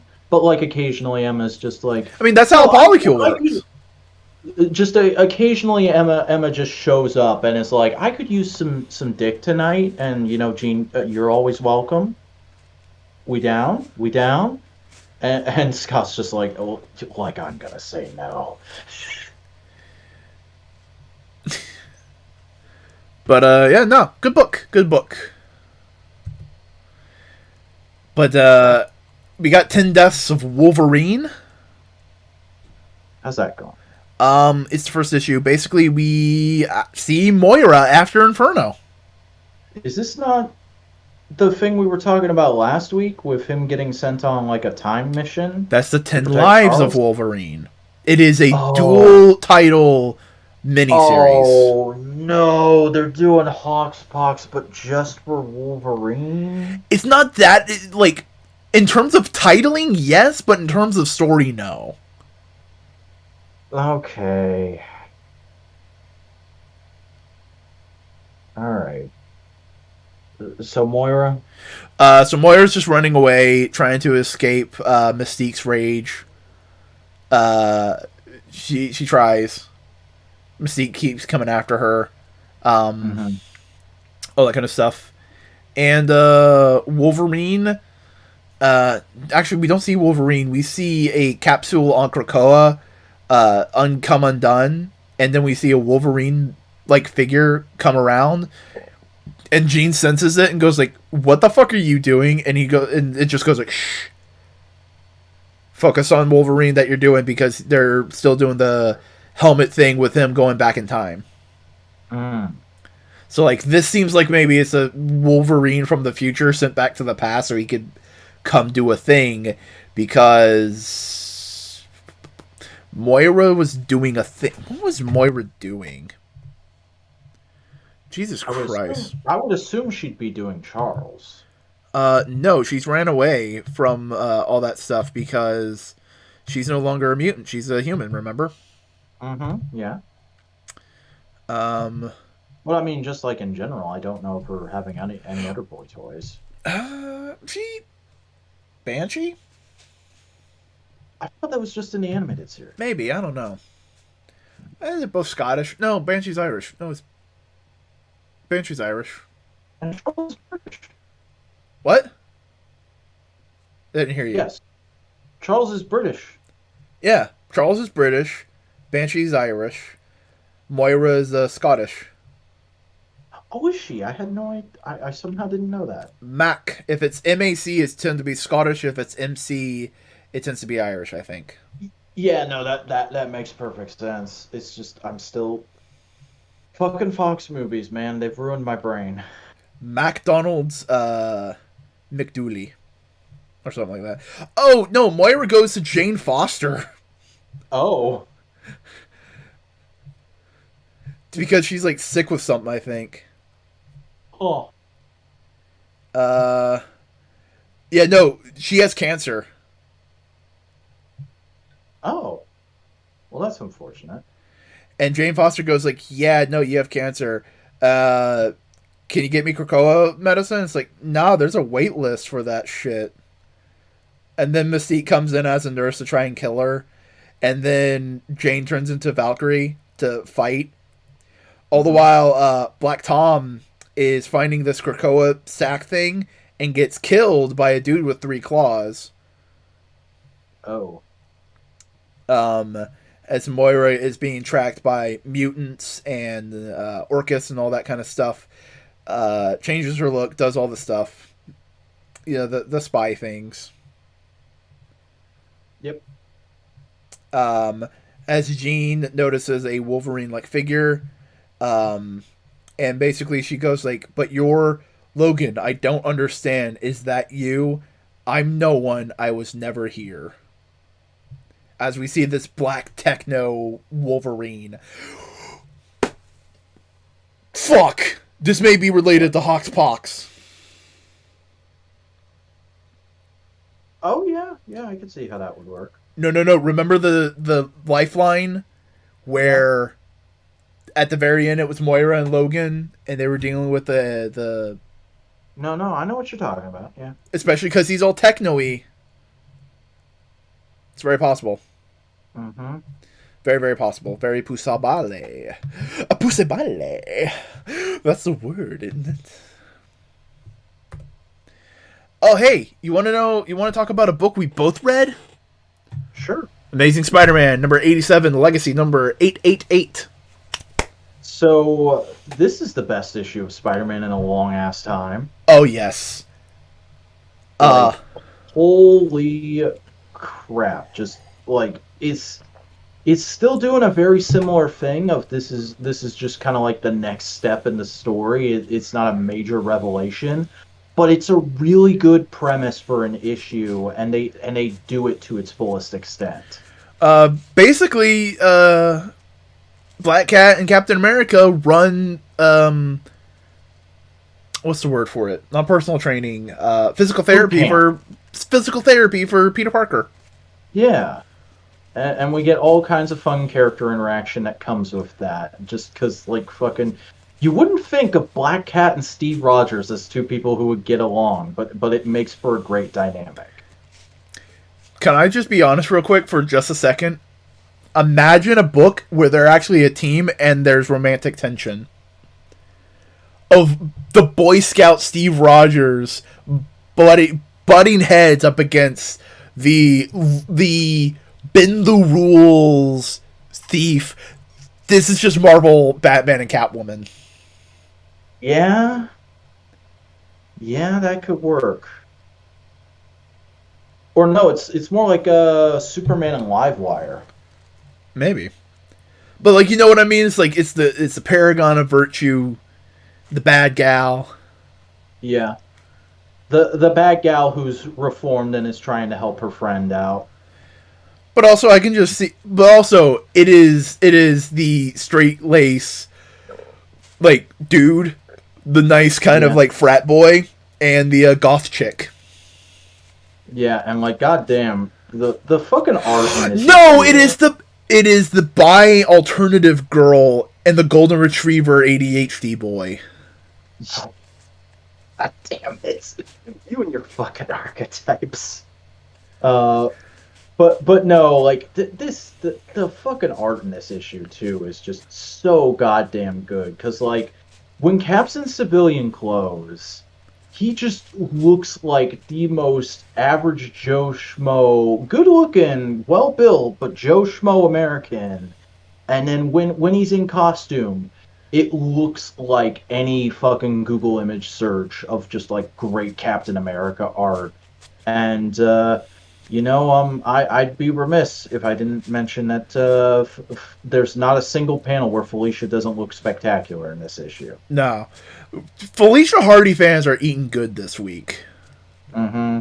And like it's not like it's not like it's all cheesecake here too, because there's some great little bits of dramatic tension whenever we flash over to Ben, which is just and some good comedy, some solid comedy going on in this issue, with just the return of the amazing Bagman. Yeah, no, that's good. It's good shit.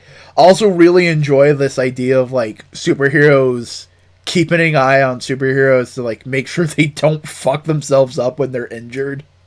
hmm And then like I think my favorite thing about this whole issue is just the fact that Peter wears an "I'm not Daredevil" shirt. Like Got I like to imagine fucking Matt wearing that in that one issue, like accidentally set off a trend for a couple weeks, and now there's secondhand stores all over New York that are filled with shitty "I'm not Daredevil" shirts, and that's where Peter got this. Oh yeah, no, that's great.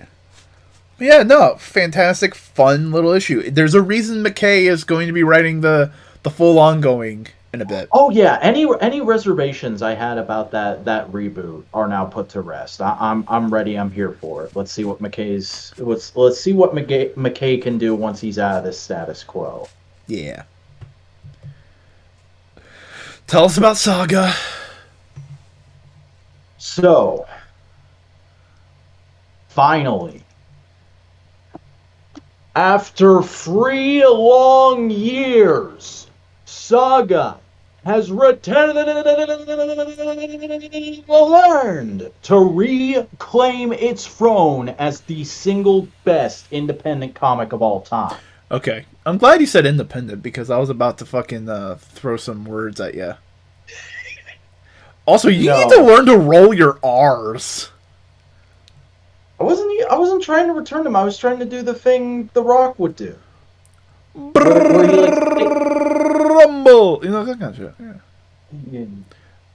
But no, this is just perfect. Like fucking 3 issues, Vaughn and Staples have been gone, or not 3 issues, 3 years. Excuse me, 3.5 long, terrible, shitty, no good years.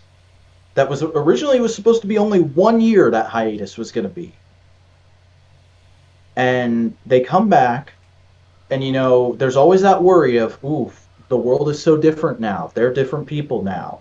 It could feel like an entirely different book now. Or maybe it's going to be great. Maybe they're going to show off. Maybe they're going to have all these big bombastic ideas they're going to throw at you right in this first issue. There's a little bit of that. But for the most part, this just feels like the next issue. It feels perfectly natural, which is crazy because the same amount of time that has passed in the real world has also passed in the story. Like, so looking at the cover here, do you recognize these characters? So that's a young girl, and that's the mom on the left. Then, yeah, that is Alana, and that is Hazel. Hazel is 10. The guy in the yellow shirt with the robot arm and the koala ears, it's a brand new character. His name is Byzantine. And he's co-created by Brian K. Vaughan's son.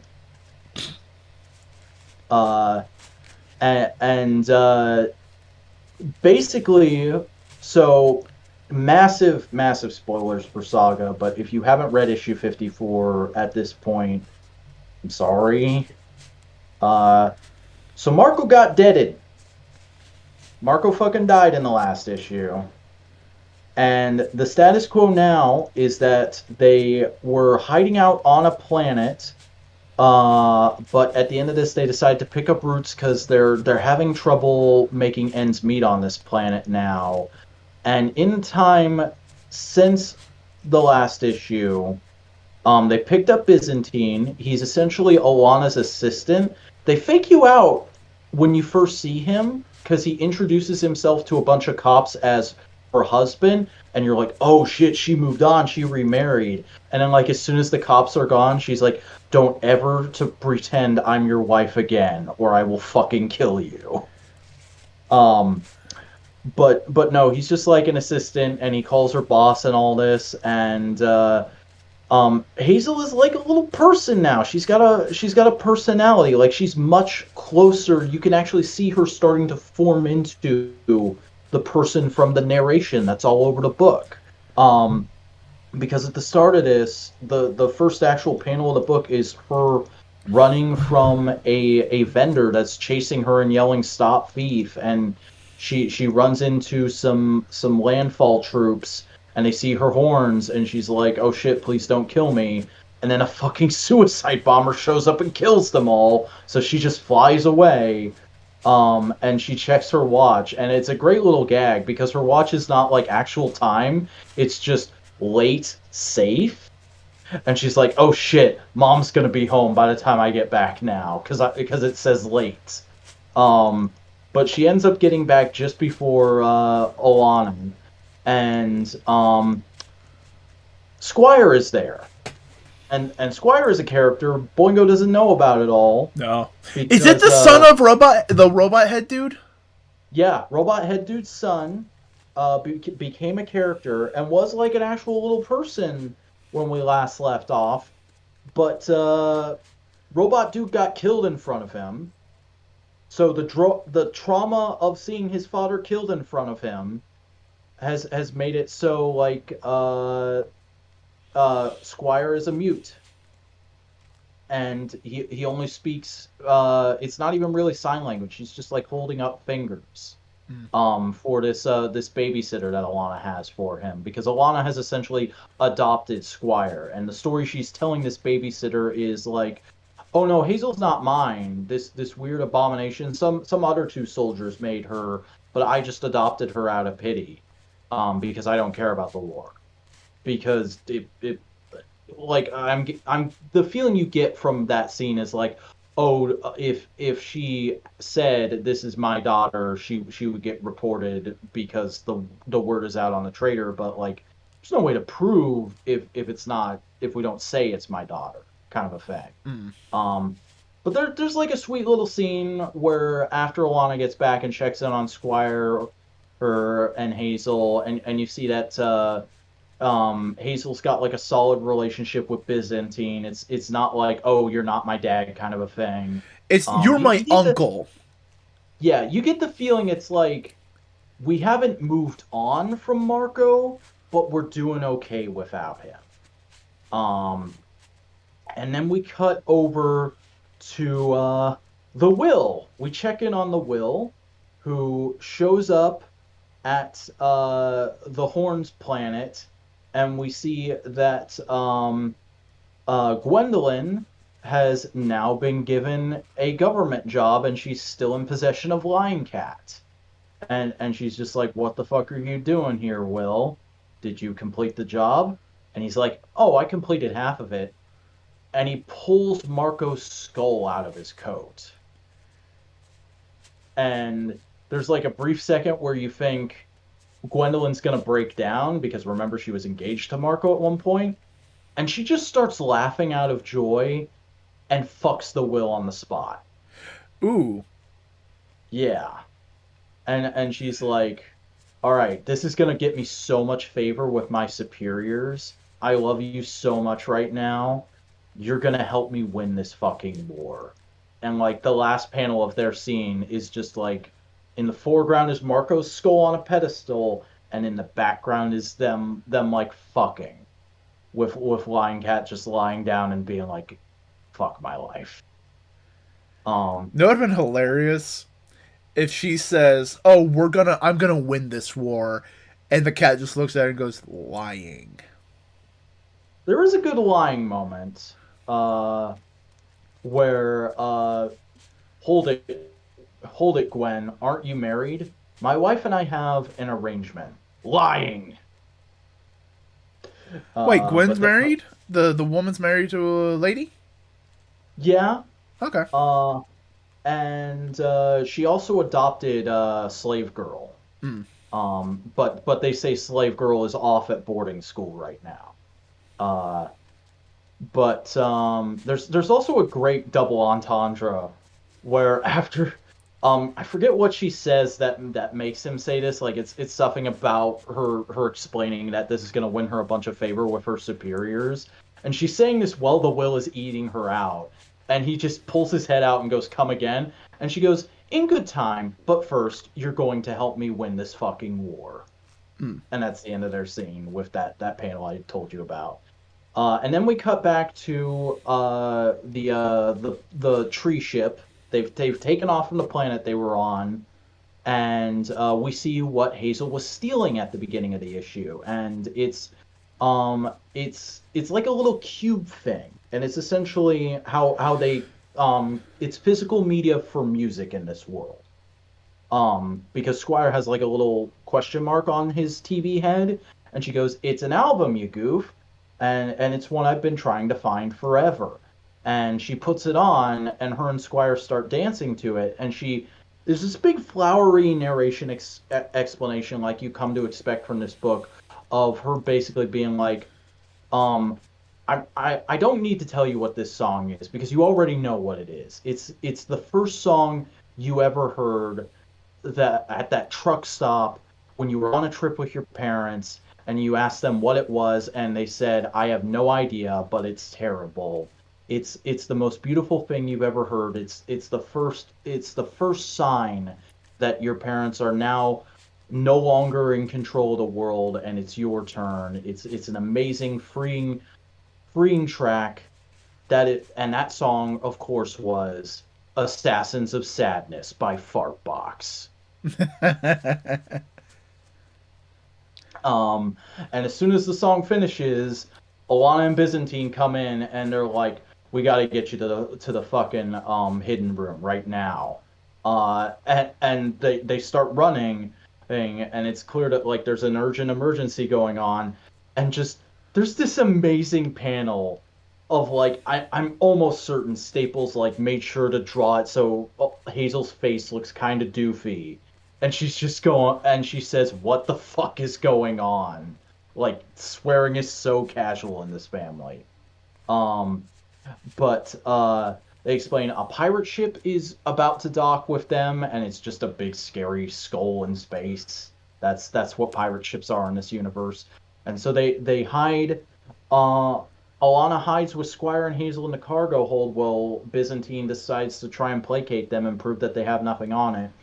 And there's a moment where Squire picks up something that looks like a candy bar. Kind of looks like white chocolate with little sprinkles in it.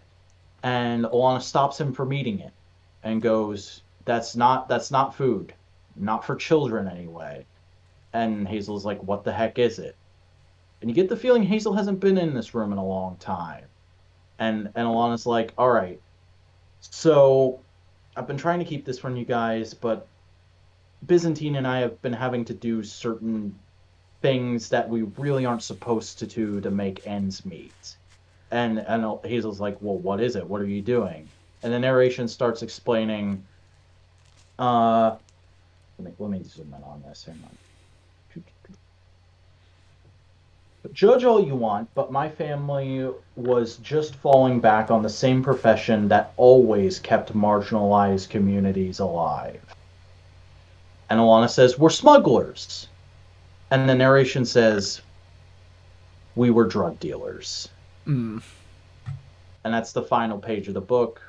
And then we get a really nice afterwards letter of just Brian K. Vaughan checking in, saying like, "Hey, to everyone who waited patiently, thank you. I'm glad we're all finally back. And to everyone who constantly sent me death threats saying that the next issue better come out soon, thank you. Because I wouldn't have gotten off my ass and done it without you guys. Without any of you." It's like it's real sweet, kind of checking in with the group kind of thing. Yeah. And it is good. Perfect return. Nice. Now that you say the drug dealer thing, I'm looking at the two adults on that cover, and I'm just going like, yeah, no, drug dealer tracks. Mm-hmm. Drug dealer kind of tracks.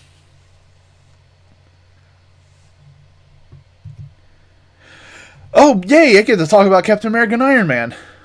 All right, go for it. They're just continuing trying to figure out what the fuck's going on. Because the woman that they've been fighting has been teaming up with. Did they say hey? Hey? Did they say hey? What's going on? Oh, Colin. So the woman they've been chasing is been teaming up with a giant AI computer, and turns out the AI computer was just going like, "Fuck you! I'm gonna do the thing. You can't stop me.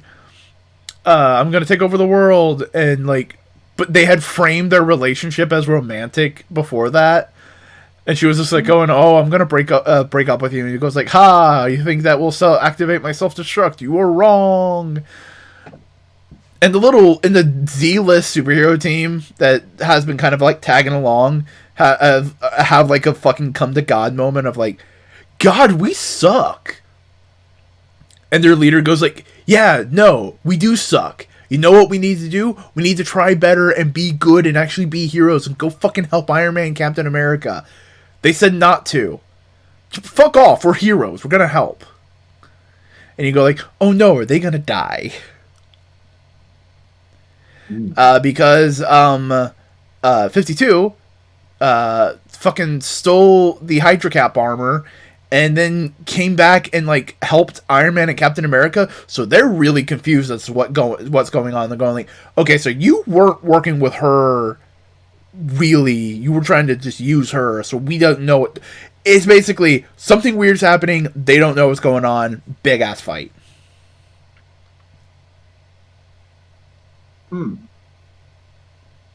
But you're right, it is a continuation of basically it is a sequel to Civil War years after it, because it's like dealing with everything that Civil War kind of built up and built off of.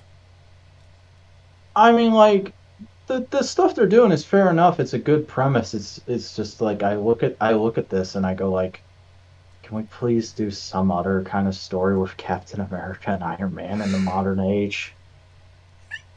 It feels like this is basically kind of like the final one they want to do, because they're not angry at each other, they're not arguing with each other, they're just trying to work together to solve the problem. Yeah. And like the Hydra Cap armor is kind of also like pointing out is just like they have been through the ringer. They just need to have one good superhero team up where they just solve their problems and get over their bullshit. Tony's fucking get over the Superhero Registration Act and all that kind of stuff. Captain America, get over the fact that you were taken over in reality. Been like literally that is what is said in the book, because Cap keeps on going. It's like, no, I need to solve this because this was my problem. That was me. And Iron Man goes like, the fuck, that was you. That was a weird reality fucking bullshit thing. That wasn't you, Steve. And he goes like, yeah, but really. And Iron Man just looks at him and goes like, dear God, do you believe every single version from you from the multiverse should be just as righteous as you are? And if they're not, that's a personal failing on you personally? Like, and Steve kind of goes like, basically calling out all the people who knee-jerk reacted to the Hail Hydra thing on Twitter. Kind of, but like basically saying like, out of all of these things, if you, that it's a reflection on you, and Steve just goes like, no, maybe. Going like, basically saying like, Steve, you were putting yourself too high on a pedestal. You are a human. You're gonna fail, and you need to let yourself fail. Yeah, which is nice. Yeah, and while we're on the topic, while I have a chance to say it, you know what I watched today that was really fucking good? What did you watch today? Jose's Secret Empire video. Yeah. That's like, I'm not one of those people who hates Secret Empire. I'm very middling on it. Yeah. But he certainly lightened up my opinion on it a fair bit. Yeah. Here's the thing. If you're a comic book fucking head, yeah, like, if you're a comic book person reading that Secret Empire as it's coming out, it's bullshit. If you're a comic book fan coming to Secret Empire afterwards, nah, you can see the whole story. You see the beginning, middle, and end, and it's good. Yeah. Being in the middle of it sucks. But I know what I bet doesn't suck? What? Human Target. Tell me about Human Target. All right, so latest issue of Tom King's Human Target is pretty fun. This is the Blue Beetle issue. Because we're going around investigating the JLI, and in this issue they go and they had established in the previous issue that there was a pending appointment with Ted Cord, uh, because this just opens up and throws you right into it and shows you that Tom King's take on Ted Cord is basically Tony at the beginning of Iron Man 2. Oh, super Yeah. self-destructive. Not self-destructive, but like so in his own world and self-assured as a super that it almost makes him look like an asshole. Mm. Um, because like they start talking and like they kind of get into the feeling out questions of like, hey, are you involved with this thing? Here's some connections we've noticed. What do you have to say to defend yourself? What's your alibi? That kind of thing. And then Ted gets a call from his secretary that's just like, hey, there's a bank robbery 3 towns over. You want to deal with that? And he's like, yeah, I got time. You guys want to come? And he just starts going into his secret lair, and he's got fucking automatic robot arms that undress him and then put his Blue Beetle costume on him while Ice and Human Target are standing right there. And they just get in the bug. And like he's almost got a bit of like neurodivergentness to him because he's very like in his own world and just monologuing about the kind of shit Like about he's how not like picking up on social cues. yeah, like they're clearly like, okay, this is a bit much, Ted. Like they think he's showing off for them, but for him, this is just a normal conversation, and he's talking all this shit about like, you know, really, what us heroes should do is like if it's perfectly logical that you would expect that I try and kill Lex Luthor and accidentally end up killing you because we should all try and kill Lex Luthor. He's a big fucking asshole, but you know the Superman and Batman, they set the standard, so they don't kill, we don't kill. He has this big long speech all about that during this sequence as they're like getting in the bug, and he's like, so there's only the one control seat, and there's a 2 seat in the back that you guys can share. I'm sorry, it's a bit small. I admit that's a bit of a design flaw on my part, and they just sit down. Well, Christopher Chance, Human Target, has a glass of whiskey in his hand, and like that's another thing. Like he asked for it at the beginning of the issue because they're sitting down. It's a big fucking billionaire office, and so there's an assistant going there like, "Would you like any refreshments?" And he's like, "Yeah, get me a whiskey on the rocks, Mr. Chance. It's 10 a.m. and I'm dying. Get me a whiskey on the rocks." So he's just sitting there in a suit with this whiskey as like Ted Cord's firing up the Beetle, and Ice is just sidling up next to him, and she's like, "Well, this is cozy," and he's got this look in his eye like, "Yeah, it is." And they fall asleep on the way of the bank robbery, and we just cut to Ice is now in costume, and they're discussing like what to do about the bank robbery because it's like a hostage situation, and Ted just goes, "Remember that time in Pittsburgh?" And Ice is like, "Oh yeah, that's perfect. Let's do that." And you just see Christopher Chance watching on as they do superhero shit, and he's like, a few of them asked. He's like talking about the crowd. A few of them asked for an autograph. A few more asked if he knew Batman. The guy's decent. That's his whole game, really. He's just honest and decent. How could he ever do any harm? I'm pretty far back. I can feel it from here, though. Like stepping outside, buck naked in the dead of winter, your bare feet sinking into the snow, the wet ice shaving slipping in between your toes, as we just see Ice firing up her powers and Booster, or not Booster, Blue Beetle getting like this sci-fi gun ready, and you can just see the windows on the bank are getting frostier and frostier by the panel. I want to run, find any place warm, any spot of sun that might remind me that there's something in the world that isn't frozen.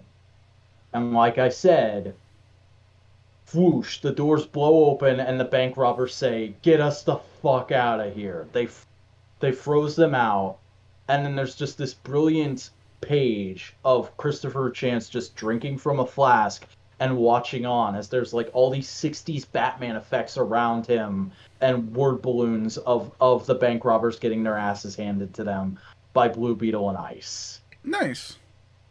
Um, and then there's just like this casual conversation afterwards where Ice goes, "We should get some blankets for the hostages." And I my brain just defaults to Ted Cord because he's not Blue Beetle in my mind. Jaime Reyes is Blue Beetle, but Ted's like, "You know what? I've actually got those new Cord individual solar wraps in the bug. They're for emergency space travel, but I think they'd work. I should have thought of that earlier." And so he goes and gets that, and then they get a call that like, "Oh, there's another thing going on." Um, and Ice is like, "You could have pitched in." And he's like, "I'm not a superhero." And she goes, "Really? Then what are you?" And he just has this look like, "Fuck if I know." Because he's a premise for a network primetime action drama in a big, flashy superhero universe. He's Nick Fury without the resources. Mm-hmm. Um, but they get back in the bug and they go and deal with like a rampaging mutant bear that's up in a national park. And again, he's just watching on, and he goes, his narration goes, "Just like Utah, I see what I don't want to see. I see the way she's fighting, I see the way she's fighting, the way he's fighting. I can't stop seeing it." Um, what was it? Later, the two of us got ambushed on some lost road in some lost country. Oh no, that's another thing he's talking about. I'm sorry. There's like a couple different tangents he goes on throughout this issue. But basically he's talking about like they're a natural fit. Like it's not like they're a couple, but he can see how like Ted Cord, Blue Beetle, and Ice are like good, perfect friends, great crime fighting partners, and like they're so natural as superheroes that it almost seems alien to him. It's the big point of the issue. But every time they get back in the bug, Ice sidles up next to him and Mm. like getting more and more intimate in that back seat to the point where at the end of the issue they end up like halfway across the country and Ted's like, "Well, if I fly us back, it's going to take all night. But I own this hotel that's right here. Do you guys mind just staying the night?" And they're like, "Yeah, sure, that's fine. We'll meet you down in the lobby in the morning. We'll get back in the bug." But Ice is like, "I'm going to go up and take a shower," and Chance is like, "I want a drink." And Ted's like, "You know what? That's a great idea." So they go to the bar, and of course, because Christopher Chance is the fucking human target, he drinks Ted Cord under the table easy, and Ted Cord is just like this blavering drunk talking about Booster Gold because Booster Gold is his best friend, and he's like, "I actually talked to Booster before you, and it's interesting. He's got that new bagel business, and he said he has a silent partner. Would that happen to be you?" And he's like, it's interesting. I don't know who the silent partner is. It's not me though. I offered Booster to help him out, and he said he wanted to be a self-made man. And then a week later, he had the money, and he said something about the Martian Manhunter liking Oreos. I think it might be the and Ted just passes out at the bar, and he's like, "Well, there's the answer I wanted, and at long last, all day you want for it, and there it is, silence."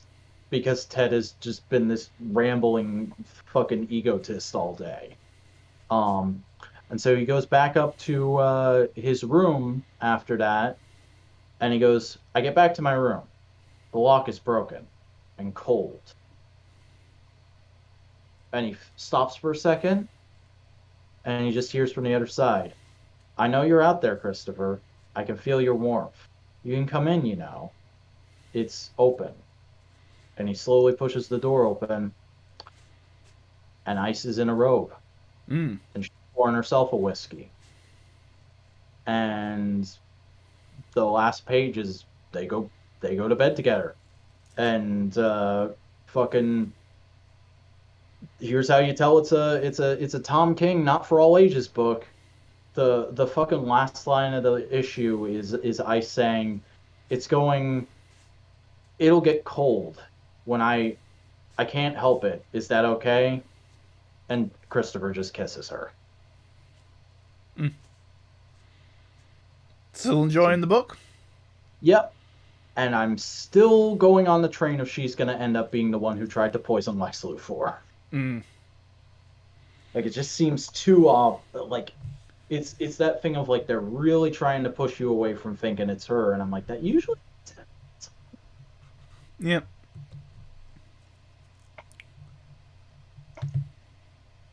Oh, hey, guess what I read? What'd you read? Devil's Reign, Winter Soldier. Oh, I almost read that just because I saw it and I was like, hey, I like Bucky, and I've never seen Bucky go up against the Kingpin. But then I remembered I had 50 million other books to read. Essentially, Bucky breaks into Wilson Fisk's house to get some of the files that he knows he has, specifically on the Winter Soldier, because he is just going like, you know what? I need to fucking solve some things. I need to figure things out. And Wilson Fisk is basically having insomnia because he cannot remember Daredevil's name, so he's been using the Purple Man powers to force him to sleep, but he has been having walking night terrors, so he runs into Winter Soldier sleepwalking and beats the shit out of him. As you do. And so much so that Bucky basically has to break Wilson Fisk's house down around him, and in the morning, there's fucking emergency people coming up to the house, and Wesley, his assistant, comes in and goes like, oh no, Mr. Fisk. And Fisk sits up in a pile of rubble and goes like, Wesley, I had the best dream. So like it's a fun little like fun little Winter Soldier story, fun little Kingpin story. It's just a neat little thing. Yeah. Also, I read Marauders the Annual. Nice. Because the Marauders book is over, as we know it, and it's going to basically have a second volume coming up soon.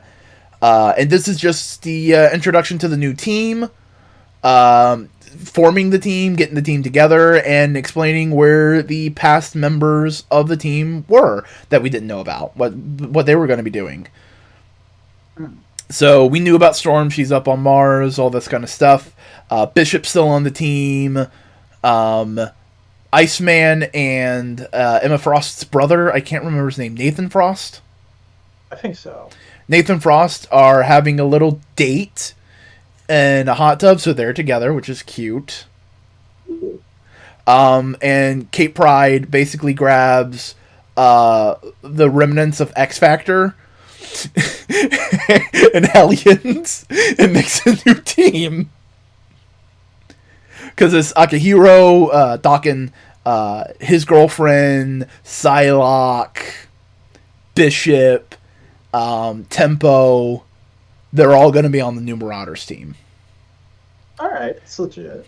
With a new boat. And they fight the bad guy at the bottom, who is actually a repurposed character from X-Men 2099. Oh, wow, okay.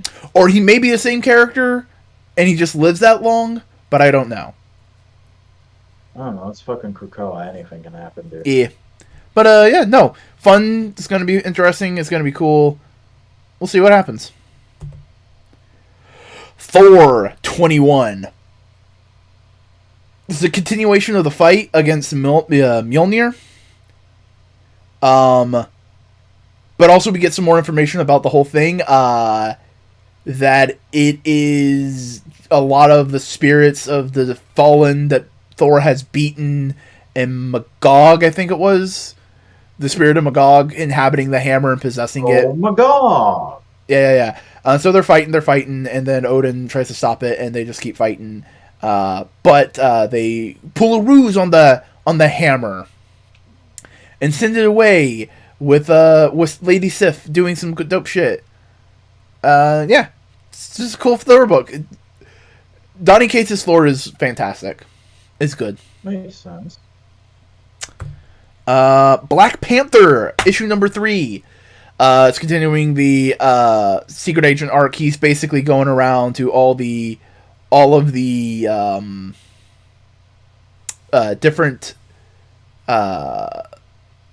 agents that he's hidden around the world. And this agent, he goes up to Araco because he wants to talk to his girlfriend because him and Storm are dating again. Oh, okay. So that's the new status quo. They are dating. They are together. Because no, it was bullshit to have them divorce. It was dumb. Yeah, let's do what Tom Taylor wants. Let's get them a kid. Yeah. And basically, I can't remember. There is a Wakandan mutant who is a prominent member of like X-Men books, but I can't remember his name right now. But basically, he starts yelling at T'Challa, going like, "Hey, fuck you! Wakanda fucking hated me because I was a mutant. Fuck you! I'm Krakoan now." Punch! He punched T'Challa, and T'Challa falls away, and Storm goes like, "Fucking calm down, dude. T'Challa, let's go fucking get some lunch." I'm sorry. I also imagine T'Challa is like, that wasn't me. That's not my policy. Yeah, because Wakanda is now a democracy. Oh no, I'll explain in a second. So there's a cute scene between him and Storm. They share a kiss, and then the Wakanda mutant comes in and goes like, "I am sorry, my king." And he goes like, "No, you had to make it believable. Yeah, you needed to make them believe it. But we are turning off the sleeper agent program, so you can just live here in Krakoa, be happy." Because he was a sleeper agent for Wakanda in Krakoa. Oh fuck. Yeah, no, that makes sense. We don't need mutant drugs. So he was just stationed there to go like, keep an eye on them. And he goes like, "Yeah, no, I'll keep an eye." Like, he's Krakoan. He's still hanging out with all the mutants and everything, but yeah, he's still Wakandan. Mm-hmm. But that's pretty much this issue. I didn't read the backups, but there were 2 backups in this issue. One of them seems to be like,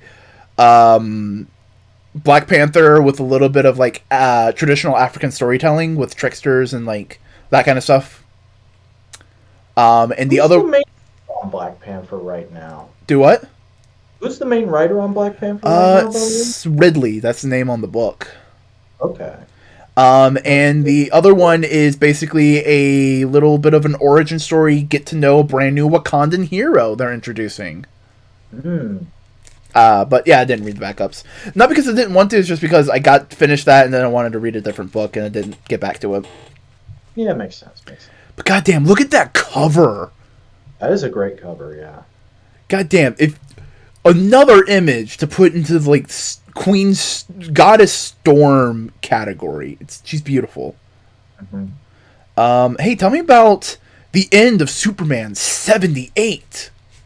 So this book basically just ends about as you would expect it to. There's a big smashdown brawl with Brainiac in a robot suit, and they're having a trade of ideals back and forth that is basically just like, yeah, this is Superman. This is Superman saying good old truth, justice, and the American way shit. And then at the last second, he pulls it all out to save everybody, and there's a nice little restoring of the status quo with Lex being on the run again.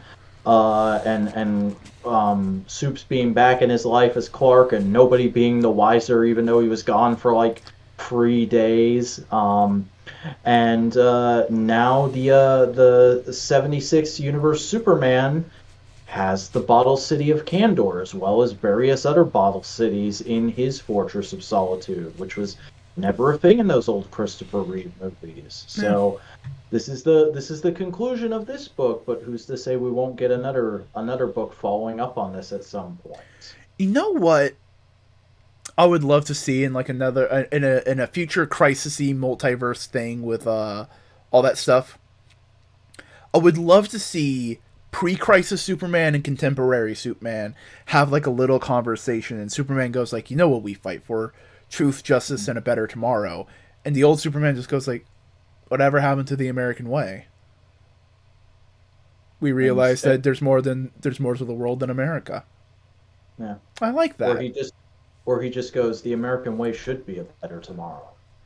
But like, I want to showcase, and I want the old Superman to go like, "You know what? Yeah, that is nice." Mm-hmm. You know who that should be? Kingdom Come Superman. Imagine Kingdom Come Superman coming in and going, "Truth, justice, and the American way," and the contemporary Superman going, "Truth, justice, and better tomorrow," and Kingdom Come Superman going like, "Yeah, I like that." You know, DC really needs to just fucking go whole hog and do a Superverse event. Yeah. God. Like, fuck doing a Crisis, fuck doing another Batman event. Let's do the Superman multiverse event. Just do Spider-Verse, but Superman. Yeah. Hey, you want to know what else I read? What? Devil's Reign, issue 3. Ooh, how'd that go on? It's just a continuation of the stuff. Things are going down. They're hiding, all that kind of stuff. But there is a moment where they try and go and take down Fisk a little bit for something. I don't remember exactly why. But the big thing we need to know is they started fighting Doc Ock and his Octies, like the alternate universes of Doc Ock. And Iron Man starts going like, "Oh no, I did exactly what you said. Why are you doing this?" Bang. And then the end reveal of the book is that Doc Ock sent a plant into the heroes. That wasn't Tony Stark being disappointed that they weren't going with him for mayor. That was the Chameleon. Is the Chameleon dead? No, he's been in jail because of the Spencer run on Spider-Man. Thank God, because if they just killed Chameleon to have that dramatic reveal, I'd be a little upset. No, he's just knocked out with the faceplate off. Okay. No, that's cool. But that's why Luke Cage is why Tony Stark was looking mad when Luke Cage said like, "No, you're a fucking rich asshole. I'm gonna run," because it was ruining the plan. Also, his legal advisor is Foggy Nelson. Sick. Nelson, the Fog Boy. Hey, tell me about fucking Action Comics. So Action Comics continues to be the most like wildly out there but wonderful fucking Superman story I've ever seen, because this is just following up a few months after the events of the last issue, where Superman is basically John Carter of Mars on fucking Warworld, where he's a slave in the pits. He's fighting these big giant weird Edgar Rice Burroughs looking space beasts, and he's rising up through the ranks. He's becoming a well-known gladiator, but everybody low-key hates him because he keeps stealing all the kills as they see it, when in reality he's just trying to protect the other slaves. And like there's even a moment where he goes back to his cell and there's another older than him slave that's from the lost Kryptonian colony, and is like, "There's no yellow sun radiation here. You cut yourself open bad this time. If you don't stop that bleeding, you're gonna bleed out in the middle of the night. Fucking stop throwing yourself in front of shit. Get some armor, get some weapons, because the way you fight looks like you've just been punching your problems your entire life." It's basically like, you know how in Max Landis's Death of Superman pitch, he says like, "Oh, Batman should train Superman to fight so he actually knows how to fight, because Superman wouldn't know how to fight, he'd just be throwing random swings." They did that idea, and I was like, hey, I like that idea. It's good that we did that. What's up? None. I was just going like, my brain was just going like, World War Hulk, Kinda, Planet yeah. Hulk. But then there's also there's some of those really somber moments from Planet Hulk, because the next day they get all the slaves get woken up and marched out to like this remote cave where one of where the last member of a race that the war world had captured and had been slowly driving to extinction via the pits is dying, and it's a ritual to observe the final death of a race that has been enslaved on Warworld. And it's kind of like it's like the Mongols priests are going like, oh, look at the might of Mongol, sing songs of his praise, and fucking slaves mourn his loss because you will experience the same loss too, and fucking all you go pick up his body and toss it into this pit of corpses, and Superman goes and helps out with that. But as he's doing it, he can hear, because he's still got a little bit of that super hearing. He can still hear that, like, well, all the priests and everyone are singing their praises of Mongol. Everyone else is actually mourning him and saying, I hope you are comfortable and resting good now. Clark specifically says, I myself whisper an apology to him. I'm sorry, stranger, that I was too late to help you. I'm sorry that your end came in a dark place with no loved ones to see you off. I promise if there are any more of your kind out there among the stars, that I'll find them, and I'll protect them as I failed to protect you.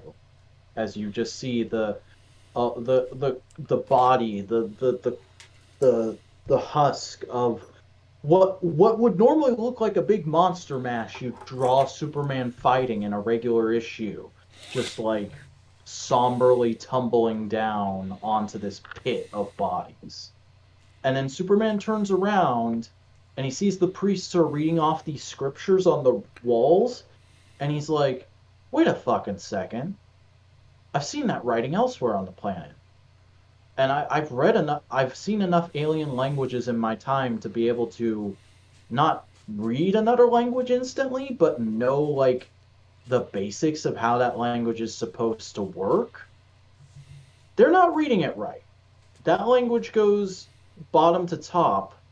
They're reading it left to right. They don't actually know what that says. They're just spouting bullshit that Mongol wants them to say. I got stuff in here. I got stuff in here. And he goes back to the caves, to the cells, and I forget her name, but Steele's daughter, who came with him as part of the Outsiders, has Aluminum. gotten. I'm sorry? I was making a joke. Aluminum. Huh. No, she has gotten herself a job as an apprentice for one of the Smiths. So she hands Superman a big old fucking hammer scythe thing and a new S symbol chest plate. Is he going full Conan? Yeah, time to start training fucking Clark Kent of Warworld. And he goes up to the same guy who the night before had told him, you need to learn how to fight. And he's like, yo, teach me how to fight. And then we cut over and we see, where the fuck has Midnighter been the last couple issues? He made friends with some locals that were hiding on the outskirts of the city. And they come in and they kill a bunch of priests, and they find Apollo tied up being used as a generator. And he's like,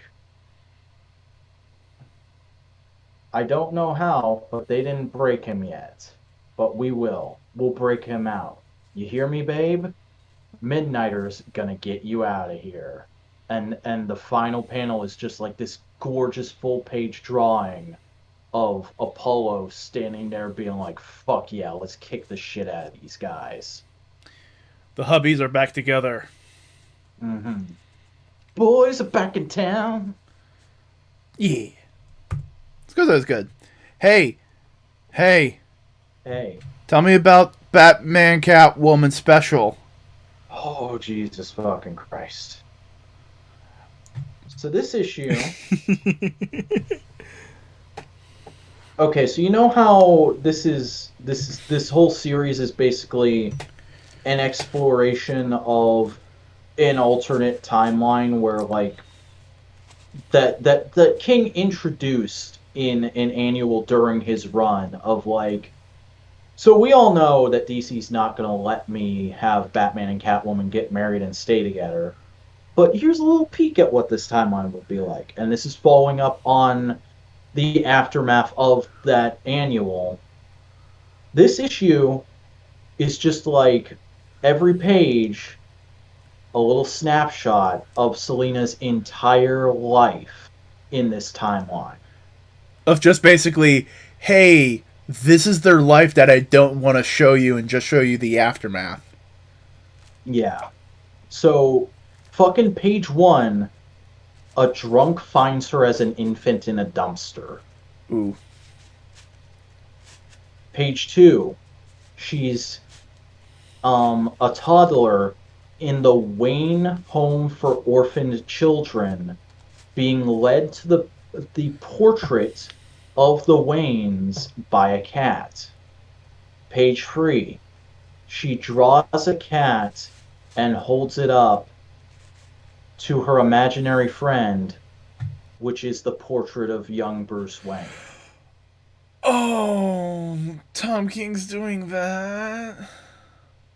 It gets worse. Page three, fucking the aftermath in the orphanage of the death of the Waynes. She's trying to console her imaginary friend by just talking at this painting and being like, don't feel bad that you don't have a mom and dad. I've never had a mom and dad, and it's not so bad. Like, I know it probably sucks, but I don't have a mommy or daddy or either. You can talk to me if you want, if you're lonely. I'll be your friend. I don't have a friend, so we could be best friends. And then page three, cut forward a year, and the nun that runs the orphanage is abusing her and she runs away. Hmm. Couple pages later, the fucking what is his name again? Because they say his name. It's a one-off villain from the fucking animated series. The Sewer King. Hmm. She's in the care of the fucking Sewer King for a split second. And then we just cut away and she's a street urchin who steals a necklace off of an old white lady that's talking about how Gotham is going to shit. Then we see her as a teenager starting to become a bit of a daredevil. We see her as a young woman like doing prostitute shit but also making sure to rob men blind and get her one-ups. We see her first trip to Arkham Asylum. We see her first time hanging out with the Joker. And we'll see her and the Joker again a couple times in this issue. And because Tom King can't help but do his repeating motif thing. The first time they're together, the Joker says, "Okay, try this one. What did Batman say to Robin before they got in the Batmobile?" And she's like, I don't know. What did they say? "Robin, get in the Batmobile!" And she's like, "That sucks." He's like, "Yeah, I know." Cut forward a couple years. She's in the Jim Ballant costume and her and Batman are making out while Robin's like, "Hey, there was just a police report. The Catwoman's in the area. We gotta track her down. Batman? Batman, why aren't you answering me?" Cut forward a couple of years. They're fighting and she's like ranting at him about like, "You don't actually care about me. I'm just a fling to you. I'm gonna go back to Arkham and it's gonna suck, and then I'll escape again, and then it'll be fun for a second, and then it'll suck again. What am I to you? Am I anything to you? Am I just some dangerous woman that you mess around with to get your kicks?" Cut forward a couple years, and it's clear that now we're in the Tom King run. They're trying to make a go of it. It's their first Christmas together, and he's like, I'm not really good at exchanging gifts. I normally just have Alfred do it to the kids for me, but I felt like I couldn't do that here. So I know it's corny. I know I know you don't really like being given things, so like, what do you want to do? I could like he's being it's neurodivergent Bruce being like, I'm trying to be human here, but I don't know what you'd actually want. Should I have had Alfred hide the gifts around the manor and you could try and steal them? I could chase you around. Is that a thing you'd like? And she's just like, God damn it. But then we see later in the day, the same portrait she used to talk to as a little girl, the original, is above the fireplace in Wayne Manor. And she's just having some tea looking at it. And Alfred comes in and he's like, "Oh, you're still awake. Would you like me to make stuffing for you?" And she's like, "Oh no, it's nothing. I'm just looking at the painting." And he's like, "Oh yeah, I like that painting too." Nice little bonding moment for them. Then we cut forward to another confrontation with the Joker. They're fighting in a toy store, and she tells him the joke, and he's like, "That is awful. Who did you come up with that joke? That joke sucks." And she's like, "It's your joke." And he's like, "Well, what the fuck is wrong with me?" Cut forward a couple years, um, and Catwoman has had a relapse. She stole something from a museum, and Bruce is just basically they're walking across the rooftops, and he's just like, "Take it back. We don't have to. Gordon doesn't even have to know. Just take it back." And she's like, "All right." Cut forward a couple of years. Bruce comes home on Christmas Eve, and we see Selina is pregnant with Helen. Cut forward to Helena's first Christmas, and Selina's out doing Catwoman shit, fighting the Penguin. But she's on comms with Bruce and Alfred, and Selina got her a kitten. It's cute. Then we see later that day, or no, it's like a couple years later, because Helena's now a toddler. We see a nice little splash page of them actually having a happy family Christmas together, and Helena's now got like 3 cats. Then a couple years later, it's a Christmas where Bruce has to be out doing Batman shit, and Selina's home with Helena, and he got her a fucking sword. And Helena's just running around going, "Sword! I'm Wonder Woman, I have a sword!" And Bruce is like, "Don't worry, it's fine. It's totally safe. It's a blunt edge. It's made with nth metal, so she can lift it no problem, but I can have the nth metal taken out once she builds up some muscle mass." And Selena's just like, "You gave our 5-year-old daughter a sword. You fucking madman." And he's like, "Yeah, I know." Then we get a cute scene of Selina and Helena looking at the portrait together and talking about Bruce's childhood from the perspective of two people who weren't there but know about it, which is interesting. Then we see a Christmas where Selina is fighting the Joker in the snow, and the Joker tells the joke back to her again, and she's like, "I am so sick of hearing that." Then we see Christmas Eve the next year, Selina and Bruce are in the Batmobile, and they're arguing about whether or not Helena is old enough to start going out. And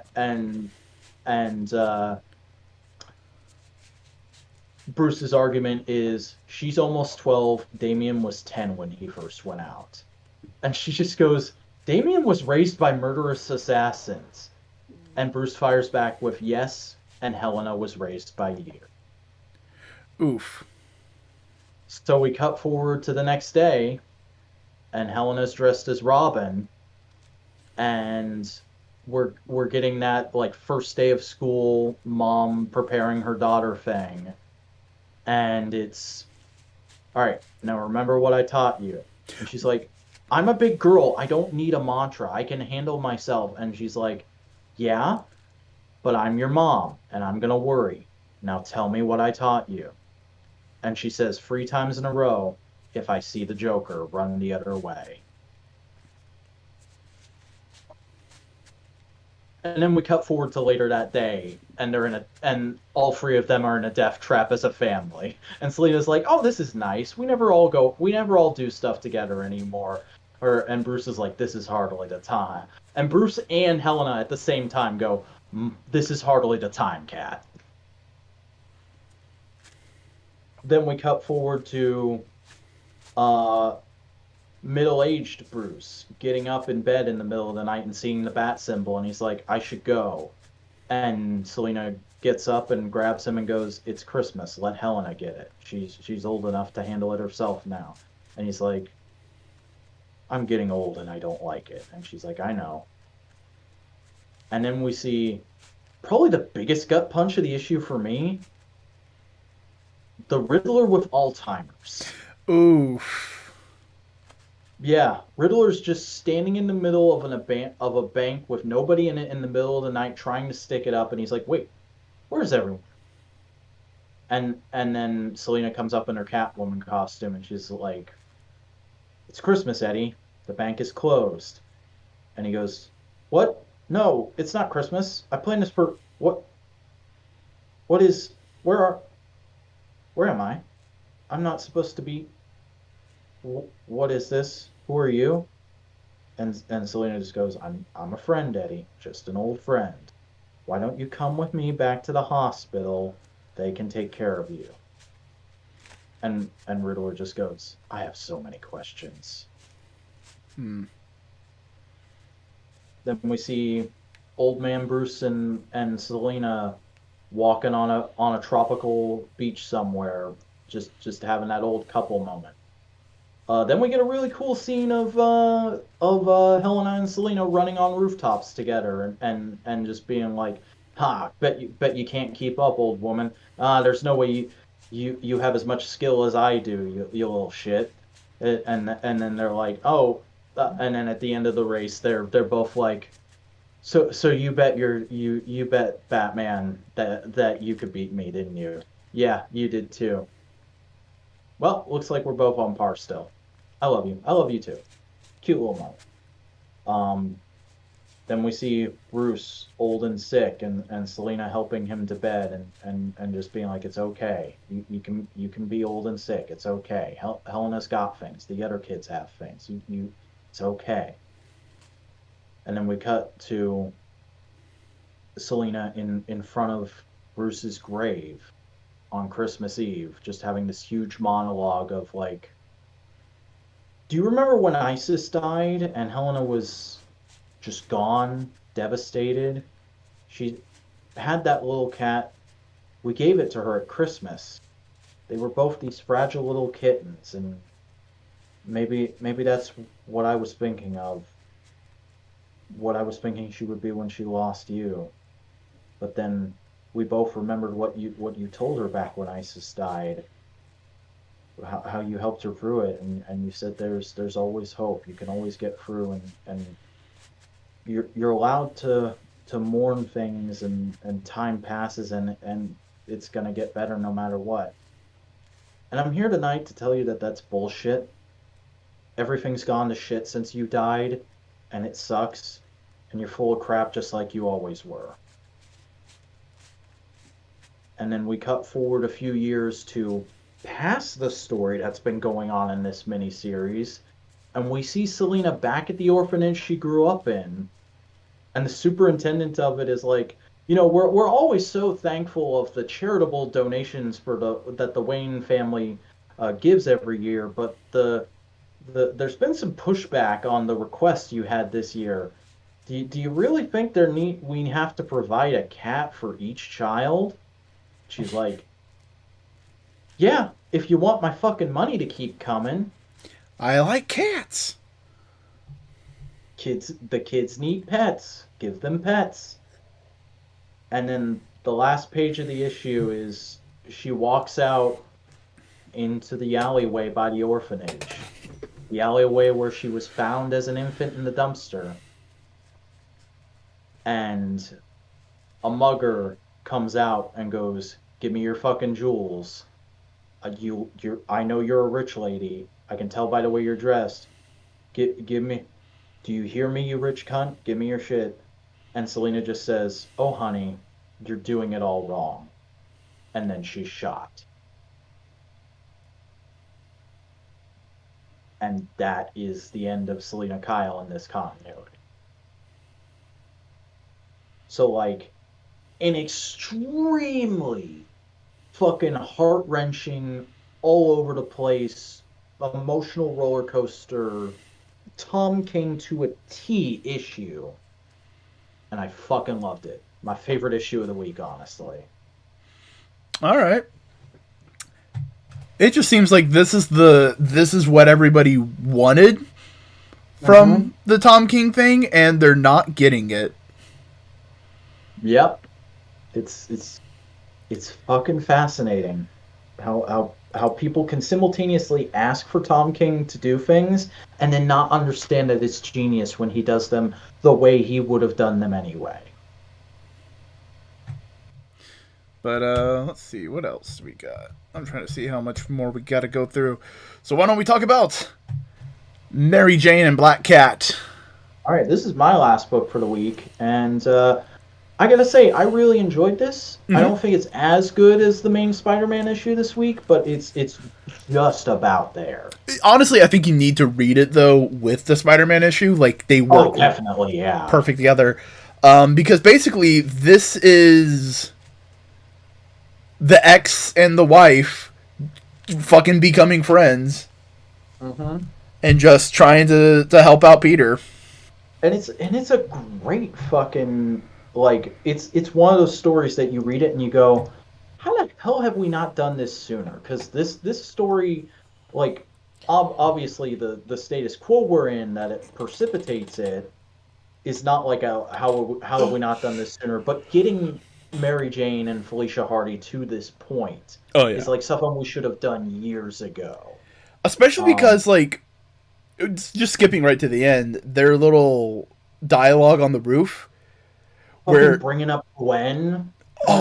But like Black Cat just basically going like, I hate being the bad girl. I hate that that's what I am in his life because he was so important to me, and I feel like that just makes me a footnote.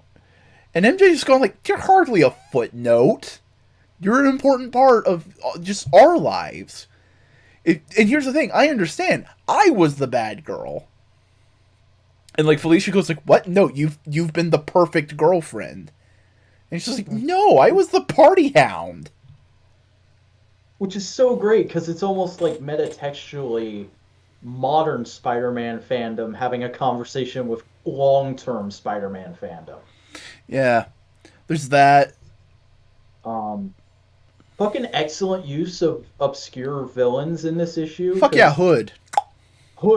The guy who got the universally voted worst Marvel Legends figure of last year. Because no one knows who the fuck Hood is. I mean, I like... Not only that, but like that okay, I'm sorry, I gotta go on a tangent here. Go. That figure was on the suit buck that everybody hates. It came with these 2 pistols and effects parts to make it look like they were shooting, but the effects just looked like dildos. I shit you not. Like, there were people who called that character Dick Bullets because of that figure. The head sculpt was just this random, like, screaming angry head, and that led to it being dubbed by the actual Hasbro Marvel Legends team that made the figure. They were to lean into the fact that nobody liked the figure. They were like, well, that's just it's just our ode to angry Marvel Legends collectors online. Here's the thing. Hood deserves it. Hood deserves to have a shitty figure. Especially because in this issue, he doesn't have his hood, and that's the other shitty thing about that figure. The hood, it's also a pain in the ass to just get the hood part to stay on him, because it's just a plastic shell. But basically, he holds Peter Parker hostage and goes like, Black Cat, you're a good thief. Go steal my hood back. Alright, fine. They have a fun little adventure throughout New York and a bunch of bad guys. It's cute. Excellent. Fucking perfect use of my boy Shocker. Perfect use of Shocker. Perfect use of Rhino. Perfect use of the Enforcers. Fancy Man. And then great use of Tombstone. Yeah. Which is just wonderful timing. Because, like, Hood just had a figure... Black Cat just had a figure. Shocker's got a figure that's hitting shelves right now, and there's been rumors going around that we're going to get a new Tombstone later this year. And eventually they steal the thing that holds the cape, and they solve the problem in a very fuck you hood kind of way, which is great. Yeah. And then we have the moment that everybody's talking about from this book. Yeah, Peter gets the fucking line of the issue. He wakes up, sees Mary Jane and Black Cat, both in Black Cat costumes, and just goes, "Oh, it's that dream again. Don't be rough."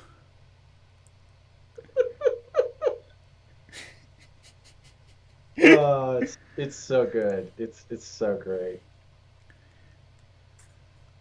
No, this is it feels like for the first time in a long time, Felicia Hardy as a character has arrived.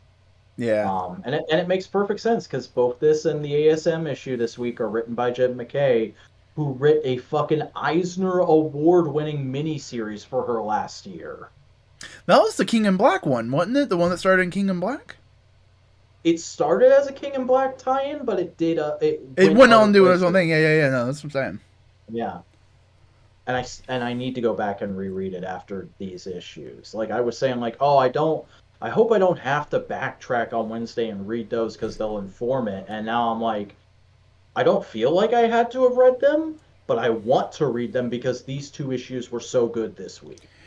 And the one thing I do appreciate about it is it's not going like, oh, will Black Cat fucking try and get back with Peter? That kind of intrigue is like, no, Black Cat's just Peter's fucking friend. Yeah, they're gonna be the couple that are better as friends than they were as a couple from here on out, and that's fucking a great idea. Like Peter's gonna be the fucking concerned friend of like, are you really going on a date with him? Yeah. What's the problem? Felicia. He's like me. Oh, you're right. Oh, why am I going on a date with him? Or better yet, an issue where like he's like, I thought you were trying to go straight. You know that guy's a criminal, right? And she's like, oh yeah, no, I'm casing him. You want to come with? It's like, well, fuck yeah. Like that'd be fun. That's also why I was saying like, yo, Black Cat, Steve Rogers, that'd be fucking weird. It'd be weird, but it'd be the kind of thing that would piss off like old Spider-Man fans, but I'd be into it just to see where it goes. Like imagine a double date, Mary Jane and Peter, Felicia and Steve. And it's great because everybody feels Felicia's like trying to act like it's normal, but clearly Mary Jane and Peter are just like, this is like taking Grandpa on a date with us. It's weird. And Steve is just like happy to be there. He's oblivious. Steve is happy to be there, and Felicia goes like, "Come on, let's go dance." This doesn't sound like dancing music. We can't step to this. No, let me show you how to dance. And then Steve experiences grinding for the first time in his life, and he's like, what the fuck? No, here's the thing. He's been around contemporary time enough. He knows, but he hasn't been the part of it. And it's just like, I can handle this. Mm-hmm. Do I grab your hips? I mean, if you want to do something later. Okay. I really should have asked Natasha for pointers before we left. And not in the, like, oh, he's old man. He's just more of like, I am an awkward individual as a human being. No, it's like he's having his first date all over again. Oh, yeah. I just thought of something that'd be hilarious. Steve Rogers, gamer boy. He gets really into, like, COD and FIFA. Oh, no. He gets into JRPGs. He plays Final Fantasy. Steve Rogers is the man who read Hobbit the day it came out. I know, but I'm thinking, like, he gets into those games, and then fucking Sam and Bucky walk in, and they're like, why the fuck you playing that shit? And he's like, because I was told these are the good video games, and I'm enjoying them. And they're like, yeah, but those aren't the good video games. Here. And they give him the JRPGs, and he's like, holy shit. There's story and fantasy. Steve Rogers would love Final Fantasy IX. Mm-hmm. Steve Rogers is the kind of guy who like just there should be an opening to a Captain America run that's like Captain America has been missing for weeks on end. Every we've tried every supervillain. Nobody knows what happened to him. Nobody's gloating about having defeated Captain America. What happened? And then just Sam is like, "Oh, I should probably go by his apartment and check his mail. Let me do that." And then they just find him working on 100%ing Breath of the Wild. I just need like 3 Korok seeds left, man. Steve, why? I'm an artist. Look how beautiful this is. I'm gonna save the princess. Legitimately, that's the thing that people always forget about Steve Rogers. He is a weird, nerdy artist. Mm-hmm. Steve Rogers comes to the new year, all this kind of stuff. Yeah, he'd be overwhelmed at first, but you know damn well he'd be fascinated by video games. Yeah. And he goes to like art exhibits every weekend too. Oh no, he is a major patron of every single art museum in New York. Mm-hmm. There are wings named after Steve Rogers. Yeah. And a forgotten artist of his time. Dude, fuck having him on Shield's payroll. That's how he makes ends meet. He just sells paintings. Like, genuinely, I want Steve Rogers artist to be more common of like a thing that people remember. Mm-hmm. Because like it's been in a few comics here and there, and it's there in that first MCU movie, but like it's never been super capitalized on. No, that's a great idea. Especially because like that's the thing about Captain America. He's a kind soul. He's a gentle soul. He's a soldier first and foremost because that's what he sees is what needs to be done. Do the right thing, fight the bad guy. But at the end of the day, if World War II did not happen, Steve would be an artist. He would be doing comics. He'd be doing art. Mm-hmm. You know? I just thought of a cute one shot to do with that idea. Steve is trying to build up a gallery for his old friend from back in the day in the neighborhood. He's trying to get like a gallery for his friend, his artist friend, and nobody's really wanting to give it the time of day. He just goes, "Come on, just I know he's gone, but it would mean the world to me if you really put up Jacob's work." Listen, no one wants to see some weird Jewish kid from New York's art. No one cares about who he is. No one knows who Kurtzberg is.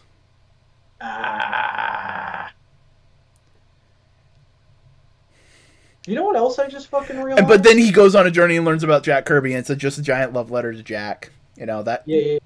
No, that's a great idea. Wait, Jack did this, and you just show all of the collage work he did in Fantastic Four and all that stuff, and just go like, wow, Jack really did something cool. But like, getting back to shit that actually happened in comics this week, you know what I just realized? Steve knows Spider-Man's secret identity again. Oh yeah. You know what? I bet by the end of Devil's Reign, Daredevil will know too. Well, that's Ben in Devil's Reign, isn't it? Yeah, it's been in Devil's Reign. Also, Ben was in Devil's Reign was being held by police, being questioned. He wasn't getting anything. Interesting. So that's going to be a fucking weird thing to try and line up in the Beyond story. Yeah. But there's one last book we need to talk about. That is the final of the death of Doctor Strange. All right, just unload. Just do it. It's okay. Bare bones. It's revealed that Caecilius killed Doctor Strange. Okay. And he imbued Doctor Strange's magic into his hands and sewed them onto him. So Caecilius now has Strange's hands because of magic and shit. Okay. Yeah. So the Strange has been brought back from time and everything to solve all the problems. Goes like, yeah. So their soul is in there. And guess what? You done fucked up. Because the soul of Strange is in those hands. That means I can resurrect him because I have a part of his flesh, living flesh connected to it, and his soul. So he just goes like, magic! And Castellius goes like, oh! Hi, I'm Strange. What's going on? And he just transmorphed into Doctor Strange. Doctor Strange is his back. Marvel, you fucking... So they go and fight the big moms and the monster and everything, and they do all the thing. They get all the Sorcerer Supremes of all the different realms, the Dark Dimension, the Purple Dimension, Limbo, Earth, all that kind of stuff. So they beat the whole thing, and they're celebrating and all that stuff, and Doctor Strange goes like, yo, Clea, the other Strange told me one thing before we started the battle, and he basically said that I was an idiot for giving you up, that if I come back and I live, I need to live the best life I can and try and win your heart back. Because he said, you're great and you're amazing, and he's right, and I love you. And Clea goes like, yes, Strange, I love you too. And then he goes, but magic has a price, and I can't really come back to life, because technically I'm still dead. I'm sorry, I cannot keep this promise, as he whiffs away into magic. He came back to finish off the bad guys and save the day, but Doctor Strange is still dead. And we're left with a heartbroken Clea as the final panel of this book goes, see the next Sorcerer Supreme, Clea. She's the new Sorcerer Supreme. Alright. Dealing with the heartbreak of having lost Doctor Strange after only just realizing her love of him. Probably the arc of the book. Her trying to resurrect Doctor Strange. Yeah. I feel like Tiffany would approve of that. And at the end of the day, she's the only person whose Doctor Strange opinion matters to me. Hey, I have opinions on Doctor Strange. I mean, are you okay with that? I dug it. I like it. It's going to result in him coming back because the magic is there. He just couldn't exist. And I mean, it's comics. He'll be back before 2023. I guarantee it. But basically, it's like, yeah, no, Doctor Strange got fucked over, but he also realized that he's been kind of a dick, and he lost the love of his life, and he realizes he wants to be even more of a better person. But also, his hands are now possibly going to be broken again when he comes back. Who knows? We'll figure it out when we get there. But ultimately, so that's all the comics we read. Yeah, and it sounds like the Good Doctor is going to be reset to a circa Infinity Gauntlet era status quo. Very possible. But right now, Clea is the Sorcerer Supreme, and we'll find out more about that in the upcoming Sorcerer Supreme book. Ah, man. Do you have anything else you want to say about the comics this week? I mean, like, you weren't wrong. Felicia fans eating good. I completely forgot how much I liked that character design until this week. Yeah. Do you have any final words?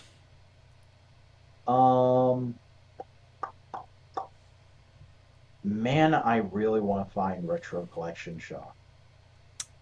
Yeah. So, this has been a product of Modular Media, where we do a lot of different podcasts. We have this one, No Price Podcast. We also have Components, where we talk a bunch about a random assortment of things. Twit, you want to tell them about Twit? Do you like the Powerful Rangers? There's other shows like that. They're from Japan.